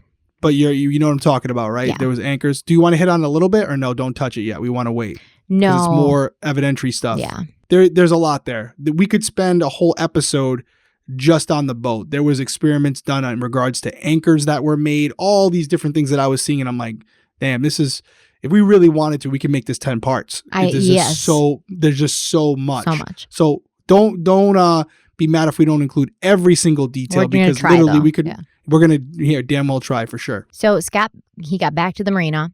He spoke to a few maintenance guys who were there that they talked about fishing, and they got a good laugh while they watched him trying to back his trailer down the ramp to load his boat back up. They were just kind of standing there and they're like, look at this clown. He's having a lot of trouble. And yeah. And he'd been out in the water for roughly 90 minutes. He left Berkeley Marina at 2:15 p.m., at which point he called Laci at home and on her cell phone. When he couldn't get a hold of her, he left a message on their home answering machine. Hey, beautiful. I just left a message at home. 2:15. I live in Berkeley. I won't be able to get to Villa Farms to get that basket for Papa. I was hoping you would get this message and go on out there. I'll see you in a bit, sweetie. Love you. Bye. End of message. So basically what Scott says in this message is, I am not going to make it to the farm to pick up the basket, because remember, Amy had told him that he had to be there before 3 because that's when they closed. And Villa Farms actually called Amy at 3:45 p.m. and they were like, hey, it's Christmas Eve. Like, we have your basket here. Nobody's been here to pick it up yet. Are you going to come and get the basket? So Scott's at Berkeley Marina. It's 90 minutes away from Modesto. He figures out he's not going to get back in time to get this basket, and he wants to know if Laci can do it. After this, Scott got gas at a Chevron station in Livermore at 3:25 p.m. Once again, this is all backed up by credit card records, by his cell phone records, GPS location, etc. and he tried calling Laci again. Scott tried calling Laci's phone again at 3:52 p.m., but this time he didn't leave a message. So it was a 48-minute drive from the gas station to his warehouse office. He arrived back at the warehouse at 4:15 p.m., at which time he unhooked the boat, stored it back inside his office on the trailer. He estimated that this took only about 5 minutes, but he was in there long enough to see a fax that he had received about a shipment that was coming in. Apparently it was like urgent. He was like, oh no, it's coming in late. It was a big deal. Later, the police would also find this fax, and it was timestamped 11:28 a.m. So we know, given Scott's timeline, he'd already left the warehouse before the fax came in. So these are all things that support his timeline. He went to the warehouse and saw this fax that he hadn't seen. He was bothered by it. It was urgent. This is all stuff that really you can't plan out in advance, right? You can't plan it out, but just to, again, and I've been playing devil's advocate, let me go the opposite way. You said earlier, when you're trying to deceive a polygraph, you want to stay as close to the truth as possible. I could come up with a scenario here where everything he said to police, for the most part, is true, except for the fact that he left out the part that while she was flat ironing her hair, they were having an argument and it got out of control and he ended up killing her. And so everything else he did at that point was all true, except he omitted the fact that the entire time Laci was in the vehicle with him, and then, all these things. So although his timeline does line up, because there is a lot of facts in it, there is a scenario where it was able to line up because he did in fact do all these things, but unfortunately Laci was already deceased at that point and was with him when he was doing it. Well, remember earlier, I said it's hard to believe Scott would be taking Laci's body in and out of his truck in broad daylight, but it is possible he killed her and disposed of her much earlier while it was still dark. And there is some evidence of this. A truck driver named Dave claims to have seen Scott Peterson, his truck, and his boat at 3:30 a.m. on Christmas Eve morning, driving near Berkeley Marina. Now, Dave was interested in, Scott and the boat because he said he was considering buying one for himself. So he kind of paid special attention as he was driving by the boat. And he said that the name of the boat was the Game Fisher. That was the name of Scott's boat. Yep. Dave also told a coworker that he saw a large bundle wrapped in a Mexican-style motif blue blanket in the back of the boat. I mean, you keep going, but that's what we were talking about earlier. This is where, now, again, what he did the next day, all true, but he omitted this whole part, if this is what in fact happened. Well, the neighbor who lived across the street from the Petersons, her name was Susan Medina, she also claimed that she saw both Scott and Laci's vehicles in their driveway at 5 a.m. that morning, but she couldn't remember if she saw Scott's truck there later. But a man named James McGritt claims to have seen Scott Peterson in a boat off of Emeryville, which is south of Berkeley Marina, between 6:30 a.m. and 7 a.m. on Christmas Eve morning. James claimed that Scott was dragging something alongside his boat. Now, for a while, law enforcement ran with this, suspecting that Scott may have made 2 trips to Berkeley Marina that day. The earlier trip to dispose of the body, and then the later trip to come up with an alibi for why he wasn't home and why he would come home and find out that Laci was missing. But his cell phone records, they don't support this. They do, however, support the exact timeline and route Scott claims to have taken later in the afternoon. So he could have left his phone at home during this early morning trip to the marina. Like, I would think that would be the smart thing to do. Yeah. But what do we also know about eyewitness testimony? It's some of the most unreliable, right? Yeah, it is it can be unreliable. You obviously have to gauge the credibility of the people that are giving you the information as well. But from, what you just said, if you just did something that you don't want people to know about and you're going to be going to an area that you don't want people knowing you had visited, you'd be a moron, especially if you were to believe he did everything else to take your phone, even in 2002, because one of the first things they're going to do is check your GPS coordinates and what cell towers your phone pinged off of throughout the night. So you could be a moron and still do that. So having his GPS coordinates not support this witness testimony isn't a deal breaker for me. I almost wonder, were there surveillance cameras in the warehouse? Because he would still have to go to his warehouse office to get the boat. So were there surveillance cameras where they would show that he was there that early? I'll have to look into that. I'm sure there's something, right? I'm just shocked that all this driving residential neighborhoods, main roads, marinas. There's no cameras. There's no cameras that shows that he was in the vicinity at 3:30 in the morning or, even later in the day. Like this entire drive from his house to the warehouse to the marina, not one single camera. And you would think that if there were, they'd be plastered all over the internet right now, a la, what's the case we just did in Connecticut, Fotis Dulos, where you have footage on the highway the whole time of the red pickup truck. Yes, it's later in life, cameras are more abundant, but still 2002, you would think that a home security footage, something would show this truck and the back of his boat at both times. Well, here's the thing. I think at least one of these eyewitnesses has to be wrong. And I'm not saying they're lying. After this case comes out and it's all over the TV, sometimes people will be like, oh, I think I saw that guy, or I think I saw her. And they're trying to be helpful. They're not being malicious, but they're just not correct. It could have been wrong. Another guy. They're just wrong.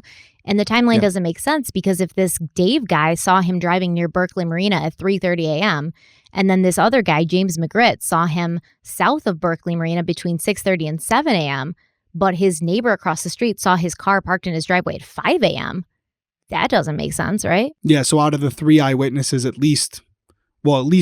technically, 2 of them could be right still, right? I mean, but the one that sees him at 6:30 and 7, and the one that sees him, the neighbor that sees, but 2 of them could be right, where he was in the water or they saw the boat at 3:30, and then he was south of that around 6:30. But then, to your point, the vehicle wouldn't have been seen in the driveway. So, and Susan Medina, she was getting up early because her and her husband were going out of town. They were going to go spend Christmas in LA. And this is the house directly across the street from Laci and Scott, the one that ends up getting robbed. And that's the whole other theory that Scott's trying to perpetrate, is that this house across the street from them was robbed, and the guys who robbed this house kidnapped Laci. So Susan Medina gets up early. She's packing, she's getting ready. She looks outside and she sees both Laci and Scott's vehicles in the driveway. So I believe her, because there's no reason for her to lie. And she remembers this specifically. And she also knows them, knows what they look like, know what their vehicles look like. Whereas these other 2 guys have never met Scott or Laci in person. So they could be just imagining things. But you're right. Susan can be right. And one of these, David or James McGritt, could be right. That's right. And it would even be more the 3:30 guy, because at 6:37 he wouldn't be back in time. I don't think he would be back in time at 3:30 either. I mean, he could, unless he made a really short trip in the water, trip in the water, which would explain what he was doing. Yep. If David saw this body, right, in the Mexican blanket thing, then we're having to assume that Scott still has to get the boat in the water, dump Laci, and then get back home. And it's a 90-minute drive from Berkeley Marina to his house. It's short. I did look up on GPS as far as Scott's address, and a family living across the street, they would know what vehicle's in the driveway the same way I would. If I got up in the morning to go somewhere, I would notice if my neighbors' cars were not in their driveways or not, because I can't not see it every time I get into my car. So I tend to believe the neighbor. But I do think you make a great point where people want to be helpful. Sometimes they think they see things that they don't see. I would be interested in knowing if at that point, when this interview was given or when this witness statement came out, it had already been highly publicized. It was. So knowing that it was the game fisher is not anything like compelling, because anybody with a computer at that point would know. And once again, not saying that they're being malicious, but these are, sometimes you remember things that you don't even know you knew. You'll repeat a joke you heard, and you'll think you came up with that joke, and you're brilliant, only to find out that 2 weeks ago, when you were watching Comedy Central, you saw a stand-up routine, and a comedian said the joke, you thought it was funny, and then you say it 2 weeks later thinking it was your joke. So I don't think anybody here was trying to be malicious, but... Right. You can still not be malicious, but also be wrong, and yes. It's possible. Yes. Okay, let's talk about the boat for a second. The prosecution would claim that the purchase of this boat was a premeditated act, because Scott knew that he was going to kill Laci and then use the boat to get rid of Laci's body. They also claimed to the jury that Scott had kept this boat a secret from Laci, but that's not necessarily true. Scott used his and Laci's joint bank account to purchase the boat. It was legally registered in his name, and a witness who occupied a neighboring warehouse next to Scott's office, she testified that she ran into Laci Peterson there on either December 20th or the 23rd. She couldn't be sure, but she remembered that Laci had been pregnant. This woman's name is Peggy. Peggy said she let Laci use her bathroom in her warehouse because Laci had to pee, and Scott's bathroom was blocked by bags of fertilizer.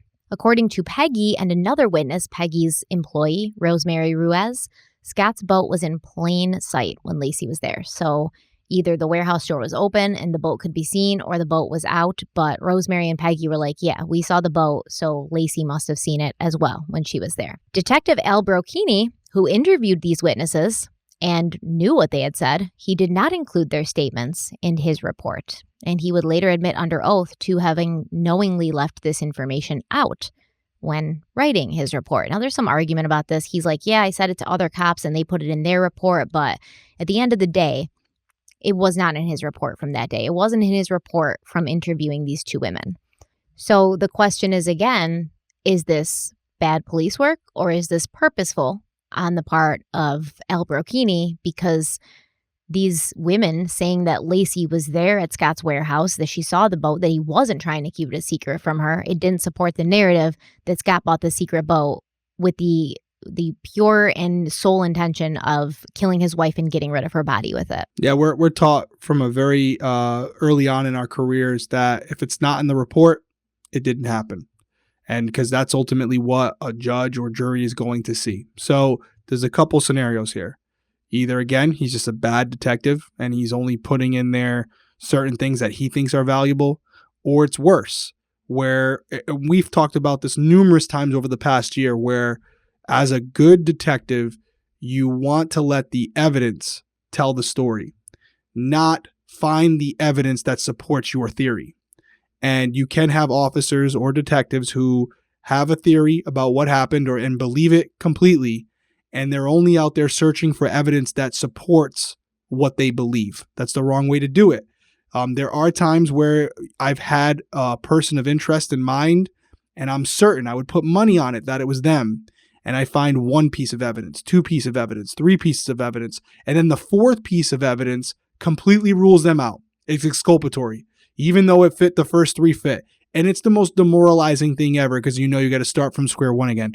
But that's our job. That's what we're supposed to do, because you will have situations where you're like, I think this is our guy, and a lot of the factors will fit. But in order for it to be them, they all have to. For example, you can have a person who drove there, but if their DNA, if someone else's DNA is on the weapon, more than likely it was not them. It's like you can't just omit certain things because they contradict what you believe. And that's worst case scenario here. That's what he did. He purposely omitted those things. You're saying he already said he did, right? He kept those things out. I'm sure he didn't come out and say, I lied on purpose, but, other officers put it in there. That's not what you're supposed to do. All officers write up their own reports, and that's how you corroborate the stories, because all the reports of the different officers involved will line up. So I have a problem with it. I don't like it. And I think that's why a lot of people have come to the conclusion on their own, maybe Scott is innocent, these officers had it out for him, and what else don't we know? So not good. I don't know what his purpose for not doing this was, but at minimum, it's really shoddy police work. So according to Scott, he arrived back home between 4:30 and 4:45 p.m. He said Laci's car was in the driveway. He entered through the side gate, at which point he saw their dog McKenzie in the backyard with his leash on. Scott took McKenzie's leash off, put it on the patio table before going inside. He said he saw that the mop bucket was still on the floor, so he emptied it because he didn't want the cats or the dog to drink out of it. He poured the water outside near the front walkway, and he got the mail while he was out there. Laci was not home, but her car was, so initially Scott assumed that her mother or stepfather Ron had come to pick her up so she could help prepare dinner for that night. Scott decided to wash his wet clothes, claiming they smelled like the bay. He said, Laci being pregnant, she's sensitive to those smells, so I didn't want to, not wash them. They were damp, they were gross, so I decided to throw them in the washing machine. He removed the cleaning rags that Margarita Neva had thrown into the washer the day before. He got undressed, threw his clothes in the washer with some soap, and he grabbed some cold pizza out of the refrigerator and a glass of milk before heading to the shower with a slice of cold pizza in his hand, which is gross. There's nothing grosser than cold pizza. I'm just going to tell you right now. Well, first, I was just about to say, jail, instantly. It's milk disgusting. And pizza, prison. sentence right Yo, there. a lot of people say that. Like, you don't like No. milk and pizza together? It's a very, like, good combo because the milk, like, the spicy sauce, the milk, like, tempers it out. I can't eat cold pizza. It's gross. Cold pizza, but you eat pizza with milk? I mean, it's not my favorite. I usually like to have a Comment nice down below. I Pepsi. got it completely off subject, but if you're on YouTube, comment down below. Pizza and milk? If I have That's- nothing else, I'd rather drink pizza with milk than, like, water. But if I have, like, a nice cold Pepsi, obviously. Oh my God, pizza and milk. And Ugh. cold pizza, though. Oh, God. I don't understand how people do it. It's like congealed oil on top of cold, hard cheese. This is what Scott ate. I mean, I know electric chair, right? See ya. So he gets in the shower. He gets dressed. Afterwards, he returned to the kitchen and he said that he listened to the messages on the answering machine. So he heard his own message from earlier, the one that had been meant for Laci. So obviously he knew that she didn't hear it. And he also heard a message from Laci's stepfather, Ron Gransky, asking if Scott and Laci could bring whipped cream when they came for dinner that night. So this obviously made Scott realize that Laci wasn't home and she didn't appear to be with her mother and Ron, so he called Sharon's house at 5:17 p.m. to see if Laci was there. When Scott called, Sharon was already starting on dinner because her guests would be arriving at 6 p.m. She said that Scott said to her, "Hi, Mom, is Laci there?" And when Sharon said she was not, Scott said that when he had gotten home, Laci's car was in the driveway, McKenzie was in the backyard with her leash still on, and Laci was missing. Looking back, Sharon wondered, why did Scott say Laci was missing? Why hadn't he said Laci wasn't home or I don't know where Laci is? Why did he choose to say missing? And I agree. That's a weird thing to say. So That's maybe odd. he's not this evil genius, right? Because that's a Right, slip up right there. A slip, yeah. Later, Sharon found out that Scott had done a variety of things before, between coming home and before calling her. He showered, he washed his clothes, he ate some pizza, and she wondered, why hadn't he realized something was wrong earlier? If Scott and Laci were supposed to be at Sharon's at 6 for dinner, and he gets home, right around 5, and Laci's not there, and she hasn't answered his calls, and she hasn't told him she's going to her mother's house, early and to meet her there, why did Scott wait so long before calling and notifying somebody? Yeah, and the other thing I have a problem with, and maybe it's because I don't know the whole story, but I know at my house, I mean, even if you assumed your wife was going over to cook the meal early, that means the dog would still be home. McKenzie would still be in the house more than likely, unless she brought the dog with her, which I don't think she would to a dinner. So as soon as I get in the home, and I'm basing this off how my house is laid out, but when I go into the kitchen, I can see my backyard. So if I'm looking for the dog, my wife's not here, and then also my dog's not here. Oh, the dog's there. What are you talking about? The dog's in the backyard with the leash on still. Yeah, he found her already. He found her as soon as he got home. That's what I'm saying. So to what Sharon's saying, if he got out downstairs, he had the pizza, he sees the dog in the backyard with the leash still on. No, he saw the dog in the backyard as soon as he got home. That's what I'm saying. You said he has the pizza and then he sees the dog. I'm confused. Well, if he's wherever it is, he gets home and he sees the dog in the backyard with a leash on, you're not going to go take a shower. You're not going to eat cold pizza. Do you get what I'm saying? You're not going to do that after that. So I got the impression that McKenzie would often be in the backyard. With a leash on? So there are reports that McKenzie was known to escape and be seen around the neighborhood with her leash on. Yeah. Was there any information that he tried calling Laci when he got home? Not when he got home, no. Okay. That's weird, right? That's weird. Do you think that would be a common thing? Hey, listen. Where are you? Why is the dog in the backyard? Why are you not answering any of my calls? Yeah, where are you? I mean, unless they fought that morning and he was like, she's pissed at me and that's why she just left and she didn't tell me where she was and she needs time to cool down. No, he didn't. He didn't say that, did he? But maybe he didn't want to say that because he didn't want to make it look like he was a murderer? He was a murderer, right. Like he doesn't want to admit to having fought with his wife on the day she goes missing, right? Yeah. No, so what I was getting at is if he comes home and he immediately sees the dog, I'm just going off most reasonable people. I don't think it's a normal thing to have your dog your wife's nowhere to be found. Your dog is in the backyard with their leash still attached to them. The reason you don't do that is for common sense. The dog could choke on it. You shouldn't, for anybody out there, you don't leave your leash on a dog unattended because the dog could get caught on something and you could strangle the dog. He could hang himself. It's bad. Right. So the minute I see that, I'm calling my wife again and I'm calling everyone around me. I'm not going to have a slice of cold pizza. and milk. Take a shower and wash your clothes. I'm not going to take a shower. I'm not Listen going to do all the that. messages. That is something that as a reasonable person I would see, and it would raise a red flag for me, and I would be immediately on high alert. And the last thing on my mind would be smelling like the bae for my pregnant wife, who I currently don't even know where she is. Mm-hmm. So that to everything you said about Sharon, the words he used, some of the things he did before calling her, completely agree. Completely agree. If he saw the dog immediately in the backyard, the first thing he should have done was call Sharon, call Ron, call whoever, call Laci for that matter. And I personally find it odd that he decided to wash his clothes as soon as he got home, because I mean, in my house, like, we're not running a load of laundry unless there's a full load, right? I'm not just going to put an outfit in the washing machine and wash it, because that's wasteful and it's just not productive. So why didn't he just throw them in the hamper, and then when there was a full load, all the clothes would get washed? He made it sound like, oh no, the clothes smelled so bad, like Laci would notice as soon as she got home. Yeah, that's odd too. That's odd too. And if you're not swimming in the water, there might be a slight smell. I've swum, I've fished in the ocean. Put him in a plastic bag and leave him on the laundry room floor until you have like a full load. I think what you said was perfect. I mean, throw it in your laundry basket. Mm-hmm. It's not going to, if you're in a room full of smoke, if you throw them it might make all your clothes smell like it, but to immediately come home and wash them out of courtesy for your wife, when it doesn't seem like you're too concerned about what she thinks. That seems a little bit out of character. You don't even care where she is. So you're worried about like, oh, when she finally shows up, she's going to be really happy I washed my clothes. And who the hell washes clothes and then goes and takes a shower? I don't know about you guys, but if I'm running the washer and I try to take a shower, my water temperature's all off depending on what the washing machine's doing. Like, it'll get hot and then it'll get cold. I mean, I don't know if that's the case for them, but it's been the case with every house I've lived in. The water pressure changes. It's just annoying to take a shower when you're running a load of laundry. Yeah. Moral of the story from me in this small section, there's been a lot of things that could make sense as far as him being innocent. But this little section that you're covering right now is definitely bothering me. My spidey sense is going up because this is the aftermath. There's some things here that he might not be anticipating, that he's trying to prepare for. He's starting to involve other people in his story now. Mm-hmm. That's where it gets complicated, because you can't control other people and their thoughts and what they say. So you have to be adaptable, and that's probably not what he's used to. So up to this point, if he did kill her, it was all planned, and now he's starting to include other people in the fold. And this is where mistakes can be made. And this is where people start to question your behavior.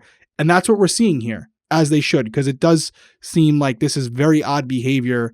If you are under the impression that your wife is with someone, you learn she isn't, and yet you're taking showers and eating pizza, and you say she's missing. She's missing. Yeah, she's missing the Freudian slip there, the word. But to me, it sounds so minimal, so trivial, but dog in the backyard with a leash on it. I don't mind the dog being in the backyard, even though that's still a little odd for me. I wouldn't do that. Dog can get out or jump the fence, whatever. I'd want him inside or her inside. But the leash being still attached.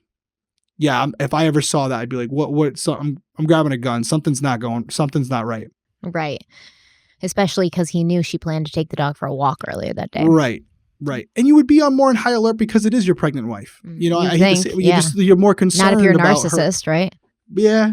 And again, we're kind of piecing pieces together here.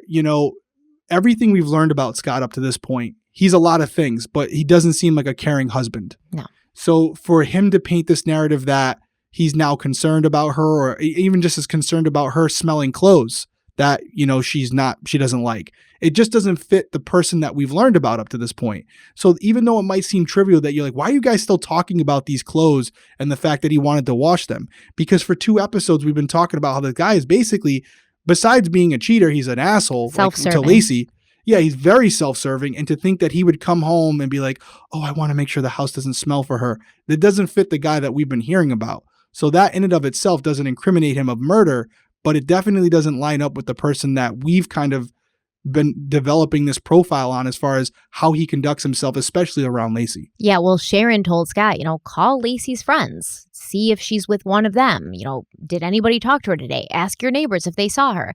So then Sharon gets off the phone with Scott, and she goes and tells her husband, Ron, Laci's missing. And Ron's like, calm down. Laci's probably out shopping with friends. She's probably like doing something. But then Scott called back, and he was like, okay, I talked to her friends. I talked to the neighbors. No one's seen her. No one's talked to her. Now, all these people he's calling, he does call a couple of people. They say that he called, and they said he sounds panicked. He sounds alarmed. He sounds stressed out. Where's Laci? Is she with you? He sounds, like alarmed, like a husband who can't find his pregnant wife would. So, there's that. But he doesn't seem super alarmed with Sharon, though. Yeah. I mean, I'm not to beat a dead horse. It goes back to if this was premeditated, and you've watched any true crime documentaries, they're always analyzing these phone calls and, your reaction and, he didn't seem very concerned. So could this be genuine? Absolutely. Could it be just a form of acting to try to, so that these people that he's talking to later as witnesses will say he sounded panicked. He sounded like a concerned husband. Absolutely. Yeah, that's possible as well. Well, according to Scott, Laci had been planning to take McKenzie for a walk that day, and when he'd left the house, Laci had been wearing black maternity pants, a white t-shirt, and tennis shoes. Laci's sister Amy recalled that at the time of Laci's disappearance, she had been trying to stay fit and she was conscious of the weight that she was gaining, which is sad. You're pregnant. Like, chill out, girl. You're gonna get that body back. You don't have to stress yourself out. But Laci would be physically active. She walked every single day or almost every day, and every Monday she went to yoga. Laci's friend Kristen Reed told police that Laci had stopped walking because she'd been having dizzy spells, but by the start of December 2002, Laci was walking regularly again. Scott claimed that Laci's normal route would bring her from their house to East La Loma Park, which is about an 18-minute walk from her Covina Ave address. It's really close, actually. It's like a 4-minute drive. It's kind of right around the corner. But she would then head towards the tennis courts in the park and then back towards her home in like a loop. It's a mile loop. And this would take Laci about 45 minutes, definitely under an hour. Sharon said that since Scott had found McKenzie with her leash on, she assumed it meant Laci had taken McKenzie for a walk and she had taken this route as she always did. But later, Sharon claimed that if she'd been thinking clearly, she would have realized that this didn't make any sense since it was freezing outside, it had rained that day, and the trail that Laci would take from her house to the park, it would have been muddy and wet and kind of treacherous. And, for anybody, not even just a pregnant woman. Let's go back to our timeline and find out what was happening in the Petersons' quiet neighborhood that morning after Scott left for his office. No less than 10 people have claimed to have seen Laci after Scott left. Between 9:45 and 10 a.m., Homer Maldonado and his wife Helen stopped by gas at the USA station at the corner of Miller Avenue and Camellia Way. This is right around the corner from Covina Ave. They claim they saw Laci and her dog in front of 211 Covina Avenue. Homer said the woman who he thought was Laci looked very pregnant, and she seemed to be having trouble getting her dog under control. And from reports, we know that Laci always kept McKenzie on a leash because she did have trouble controlling him. Homer Maldonado claims that he looked in his rearview mirror and he saw Laci turn the corner and continue walking west on the north side of Miller Avenue. Homer reported this sighting to the tip line on January 1st, 2003, but Modesto PD never reached out to him, and he was not spoken to about his sighting until July of 2004 when he was interviewed by someone from the DA's office. A woman named Martha Aguilar also saw who she believed was Laci and McKenzie walking on La Loma Avenue around 10 a.m. Aguilar says that she is sure that she saw Laci because Laci lived just 2 blocks south from her and they went to the same doctor, so she would see her in the office sometimes. Martha also called the tip line, but no one ever reached out to her. She was never even interviewed by anyone from the Modesto PD or the DA's office. Again, around 10 a.m., a man named Tony Freitas was driving his delivery route northwest of La Loma Avenue when he saw Laci and McKenzie near the intersection of La Loma Avenue. He called the tip line on December 30th, and the woman who took his call said that he would be contacted by a detective, but the Modesto PD never reached out to him. Other neighbors saw Laci dressed in a white shirt and black pants, walking McKenzie in the park around 10 a.m. Between 10 and 10:30, Vivian and Bill Mitchell, who lived on Buena Vista Avenue about 10 blocks from Laci's house, they claimed they saw Laci and McKenzie walking by. At 10:18 a.m., Laci's neighbor, Karen Service, was backing out of her driveway when she saw McKenzie standing in the street in front of her house with his leash on. At the trial, Karen would testify that she often saw McKenzie running loose with his leash on. So, she wasn't like, oh, what's going on here? This is a red flag. It was kind of normal for her to see this. Karen took McKenzie's leash and led him back to the Peterson home, but she found the gate to the front door was locked. She claims at this point she heard something in the backyard and she assumed it was Laci, so she walked McKenzie to the driveway to find the side gate that went into the backyard. It had been left wide open. She walked through the gate all the way to the end of the pool, but no one was there. And at this point, Karen realized that the sounds she'd been hearing were coming from Laci's neighbor's yard. So she left McKenzie in the backyard and she closed the gate behind her so that he couldn't escape again. Karen says she did not see anyone in the backyard. She didn't notice anyone in the house. She didn't really notice anything out of the ordinary, but she did notice that as she was walking away, there was like this wet dirt on her hands from McKenzie's leash. And she said the dirt seemed to have grass clippings and leaf clippings in it. Okay, so let's break down that real quick because I know you have more of a timeline to go through, and I have a lot I'm writing here. Mm-hmm. So I want to get to a couple things. You had mentioned a woman earlier in this episode that was also pregnant walking in the area. I can't remember her name, but some people believe that this was the woman that everyone was seeing. Do we know what kind of dog she had and what kind of breed McKenzie was? So McKenzie was a golden retriever, and it's very funny because you remember that A&E series about Laci Peterson? Yes. I didn't watch it, I think it was but called like it. Truth and Lies or something, but Detective Al Brocchini was featured prominently in this series, and he says, we have located another pregnant woman in the neighborhood who also has a golden retriever, and we believe that everyone was seeing this woman and not Laci. But the thing is... So the same breed. Not the same breed, though. This woman does not have a golden retriever. She is a okay, different... so he was he was making it up. Well, allegedly. Mm. Because there's no other pregnant woman that was walking around Laci's neighborhood that With had a a dog. golden retriever. I mean, Right. This other woman did have a dog, but it's not a golden retriever. So, everything you're saying right now, there's multiple people. The one that's the most compelling for me is the person who actually personally knows Laci from the doctor's appointments. The other people, I can see it being mistaken. But the person who says, no, I not only did I see Laci, but I know who Laci is. Mm-hmm. So it's not a matter of me thinking I might have seen a woman who looks like the girl that I keep seeing on TV. No, this is a woman that I knew before this, and it was definitely her. So this is interesting because this puts her still alive at around 10:30. And, if you're trying to paint a narrative of how Scott could have done this, he's already gone. He's gone, and we know he is because he checked his voicemail at 10:06, and the GPS put him not at the house. So we call that reasonable doubt, right? Right. So if he's where his phone says he is, which you would have to believe he was, and there's definitive proof that she was still alive at that time, don't need us to put together the pieces for you. It's not possible for her to already be dead, first and foremost, or for him to be responsible for her death after that. The McKenzie thing with the dog with the leash in the backyard, that explains that. But I still have a question where let's take it from the angle that these people are wrong, right? These people are wrong, and the person they thought they saw, they didn't, okay? Or it's possible that they had the time wrong, or it's possible it was even another day, right, that they saw her walking and they thought it was the 23rd or the 24th. We talk about witnesses and them being wrong just about the boat with Scott. Yeah. They could be wrong here too, where they thought they saw Laci. They're trying to do the right thing. They're wrong. But there's one person that you're talking about here, Karen. She's not going to mistake the idea that she saw McKenzie and that she took that dog and put it in the backyard. That's something that was physically done. So she's definitely not wrong. She definitely is not mistaken. It wasn't the wrong dog. So at some point, McKenzie left the yard or was on his own and was walking around and had in areas that were muddy, grassy, whatever. Mm-hmm. How'd that happen? Well, one explanation could be Laci was, kidnapped, whatever. Another one could be Scott let the dog out before he left. Scott wanted it to look like she got kidnapped. Yeah. Exactly. So they can be easily explained either way. He could, if he put Laci in the back of his truck, it wouldn't take much to leave the door open and say, "Go ahead, boy, go ahead, take off." And he's already known to run the area. So the dog's going to take off like a bat out of hell. And he knows that someone's going to find the dog walking around with its leash, and it would support a narrative that she was attacked during her walk. Again, it's not too far-fetched. So maybe not realizing it, Karen became part of a premeditated narrative that Scott had created. Yeah.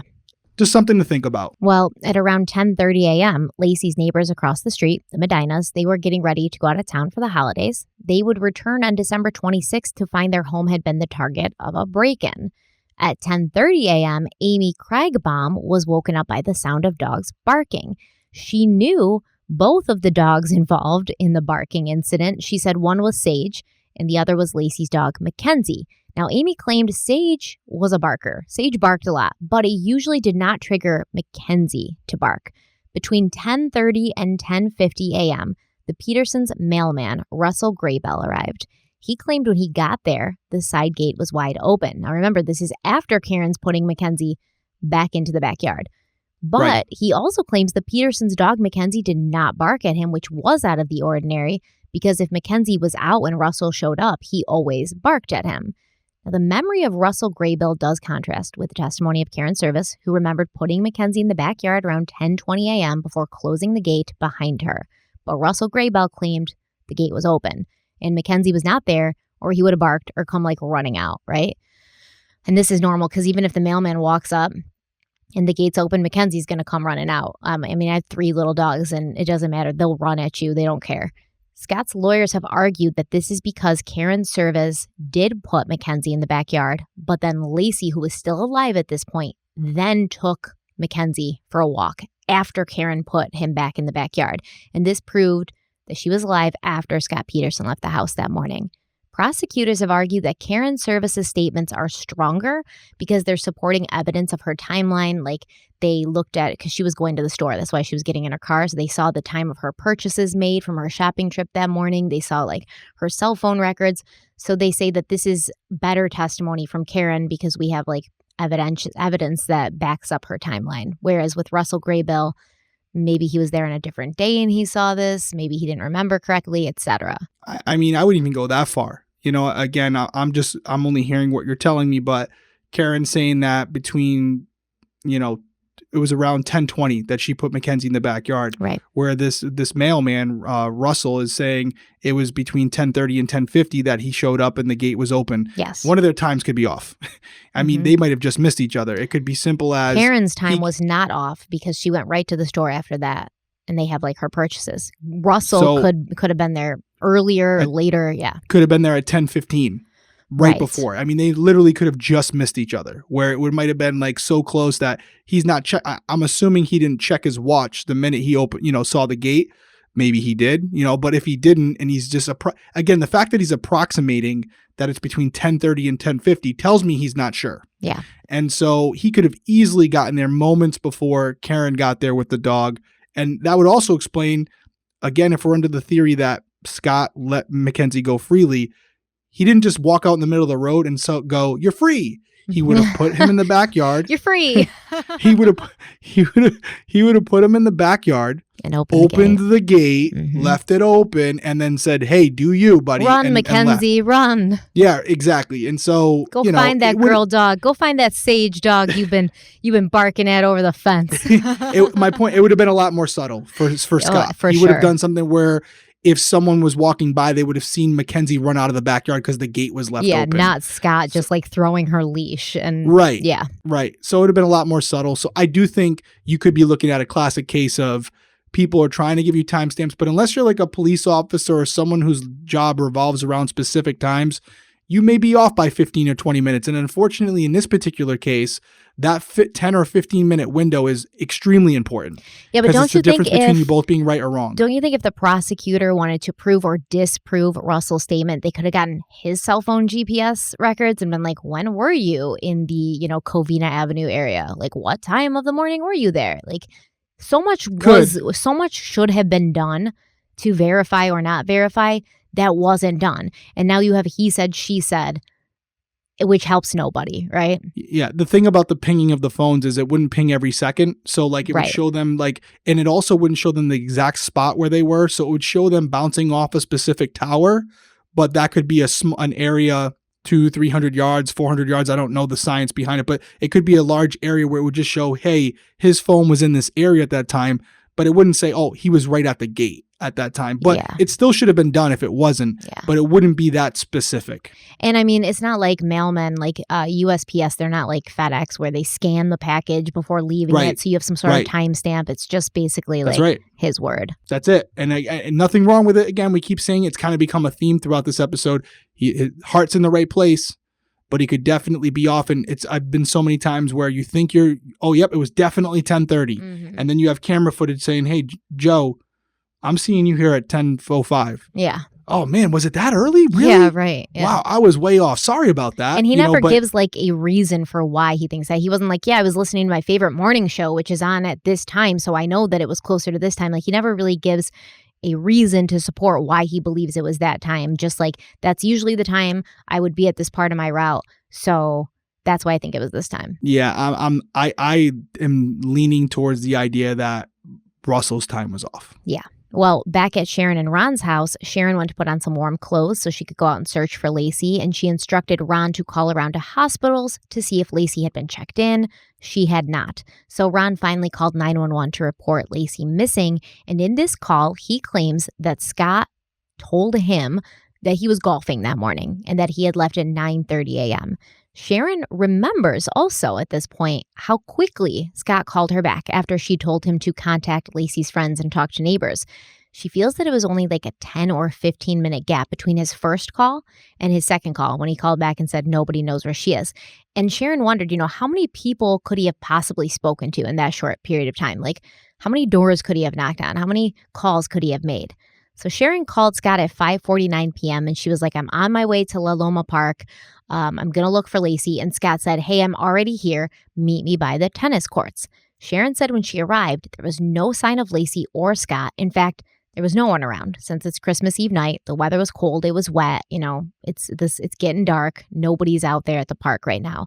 Eventually, after being there for some time, Sharon did see Scott with McKenzie, and she said he was like walking. He was like walking along a creek, and she was like calling his name, but he either didn't hear her or he pretended he didn't hear her.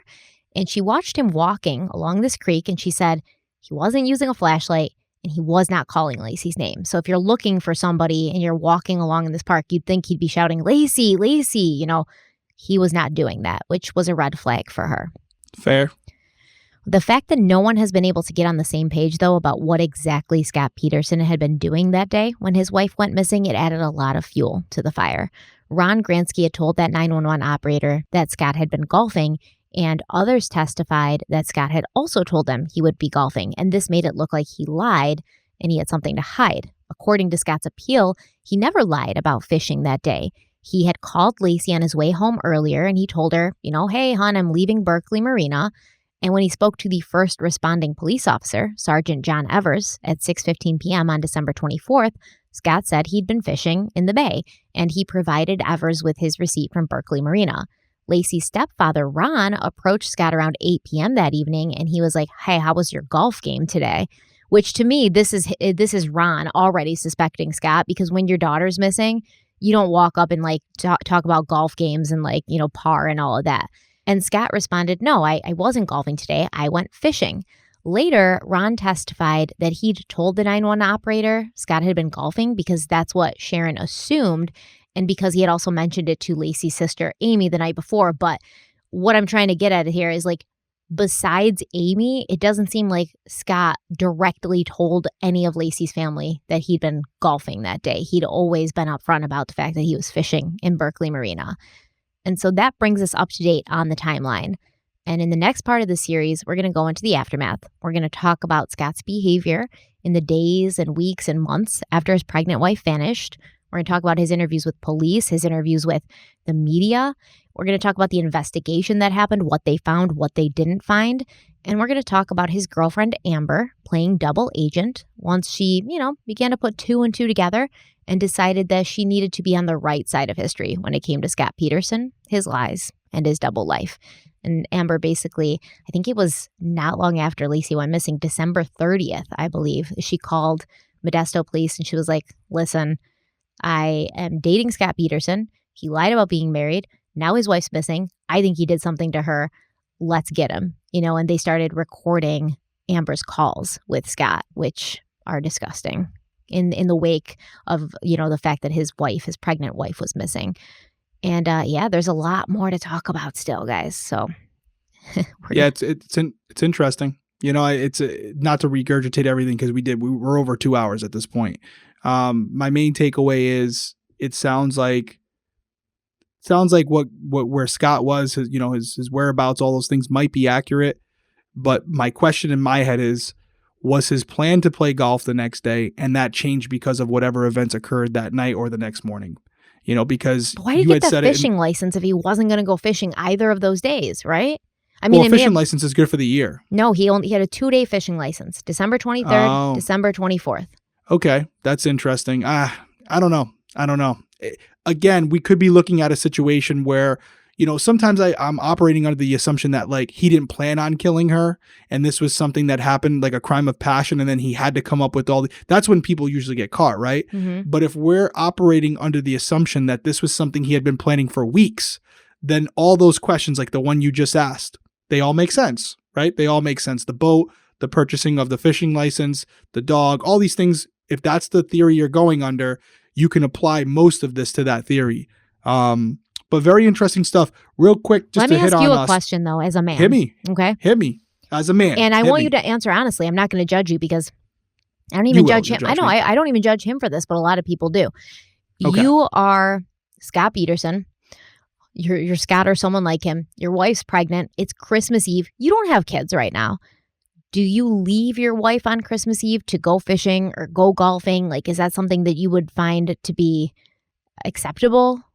I mean, I guess it depends on your dynamic with your wife. Yeah, I would do it. You know, if it's early in the morning or whatever, it's like, hey, babe, you know, you're going to go do what you got to do with your parents. You got things you want to do. You got plans, yeah. I'm dying to get my new boat on the water. It's killing me. I really want to get out there and just try it out for a couple hours. I'm not going to spend all day on the boat. So, you know, as long as you're cool with it, I'm going to go out there because I really want to. Yeah, I think it's different if you have kids, right? Because you want to be more family time. It's Christmas Eve. You want to spend time with the kids. But if it's just you and your wife and she's going to make gingerbread and she's got all these plans, I don't think there's anything wrong with going out and doing something that you enjoy. What are you going to do? Help her make the gingerbread? Yeah, I mean.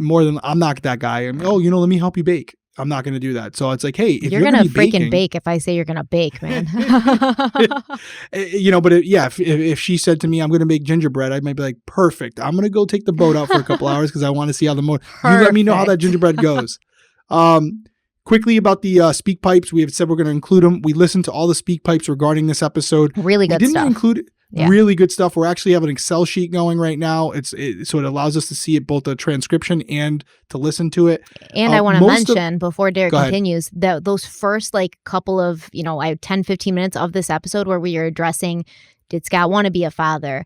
Was he, having multiple affairs? A lot of those questions came directly from your speak pipes. And that's why I made sure to include it. Because like I said, we are solving this together. So I wanted to answer your questions and we're getting a lot of good stuff. Yeah, you nailed it. We did incorporate a lot of what you guys most of what you had was questions. Mm-hmm. So we incorporated, and I will say this, a lot of the speak pipes transitioned from, not to go down this rabbit hole, but from Laci to Gabby Petito. Yeah. That was some of the stuff I was seeing too in DMs and stuff like that. So we incorporated it. A lot of the narrative, the way it was scripted by Stephanie, was based on your questions. The final thing, and for those of you who can't see it because you're listening on audio, Stephanie is rocking an Undercover Pineapple shirt right now. I'm jealous. I don't have mine yet. I love it. I texted him yesterday. I'm like, did you get your merch yet? And he's like, no. Did you get yours? And nope. I'm like, I don't know, but my USPS email says I'm about to. And then it came What's today. What's the verdict? I love it. I love it. It's so soft. I love the color. Bella walked up to me when I was getting ready to come down and record, and she's like, I want a pineapple shirt. And then she was like, who's that? And I was like, that's me and Derek. And she keeps pointing and she goes, that's mommy, that's Derek. It's adorable. So I probably have to get her one now. Told you. Yeah. It's a hit. I know, it's a hit. Hit us up, Toys R Us. It's kind of, we'll just for get some plushies, right? Get some little pineapple plushies. I was looking at that. They're expensive. I told you about that. I was looking at. We can sew them ourselves. Just add it to the list of things. If you guys want to check it out, you can go on right now. There's the t-shirts that Stephanie's wearing. There's hooded sweatshirts. You have the Crime Weekly logo. You have mugs for both the Crime Weekly logo and the Undercover Pineapple. We also added water bottles, like stainless steel travel water bottles, nice. which I use them all the time. That's why I kind of like them on there. Really convenient. So if you want to check that out, you can see the link right here. It's crimeweeklypodcast.com/shop. Check it out. Support the channel. We really appreciate it. Anything else before you close us out? I mean, This is a long one. I know it was a long one. So I'm going to let you guys go on with your life. I'm going to let Derek go on with his life because he's going to be up till 5 o'clock in the morning. And facts. I'm going to go to bed. We'll see you guys next week. See you guys. Bye. Bye.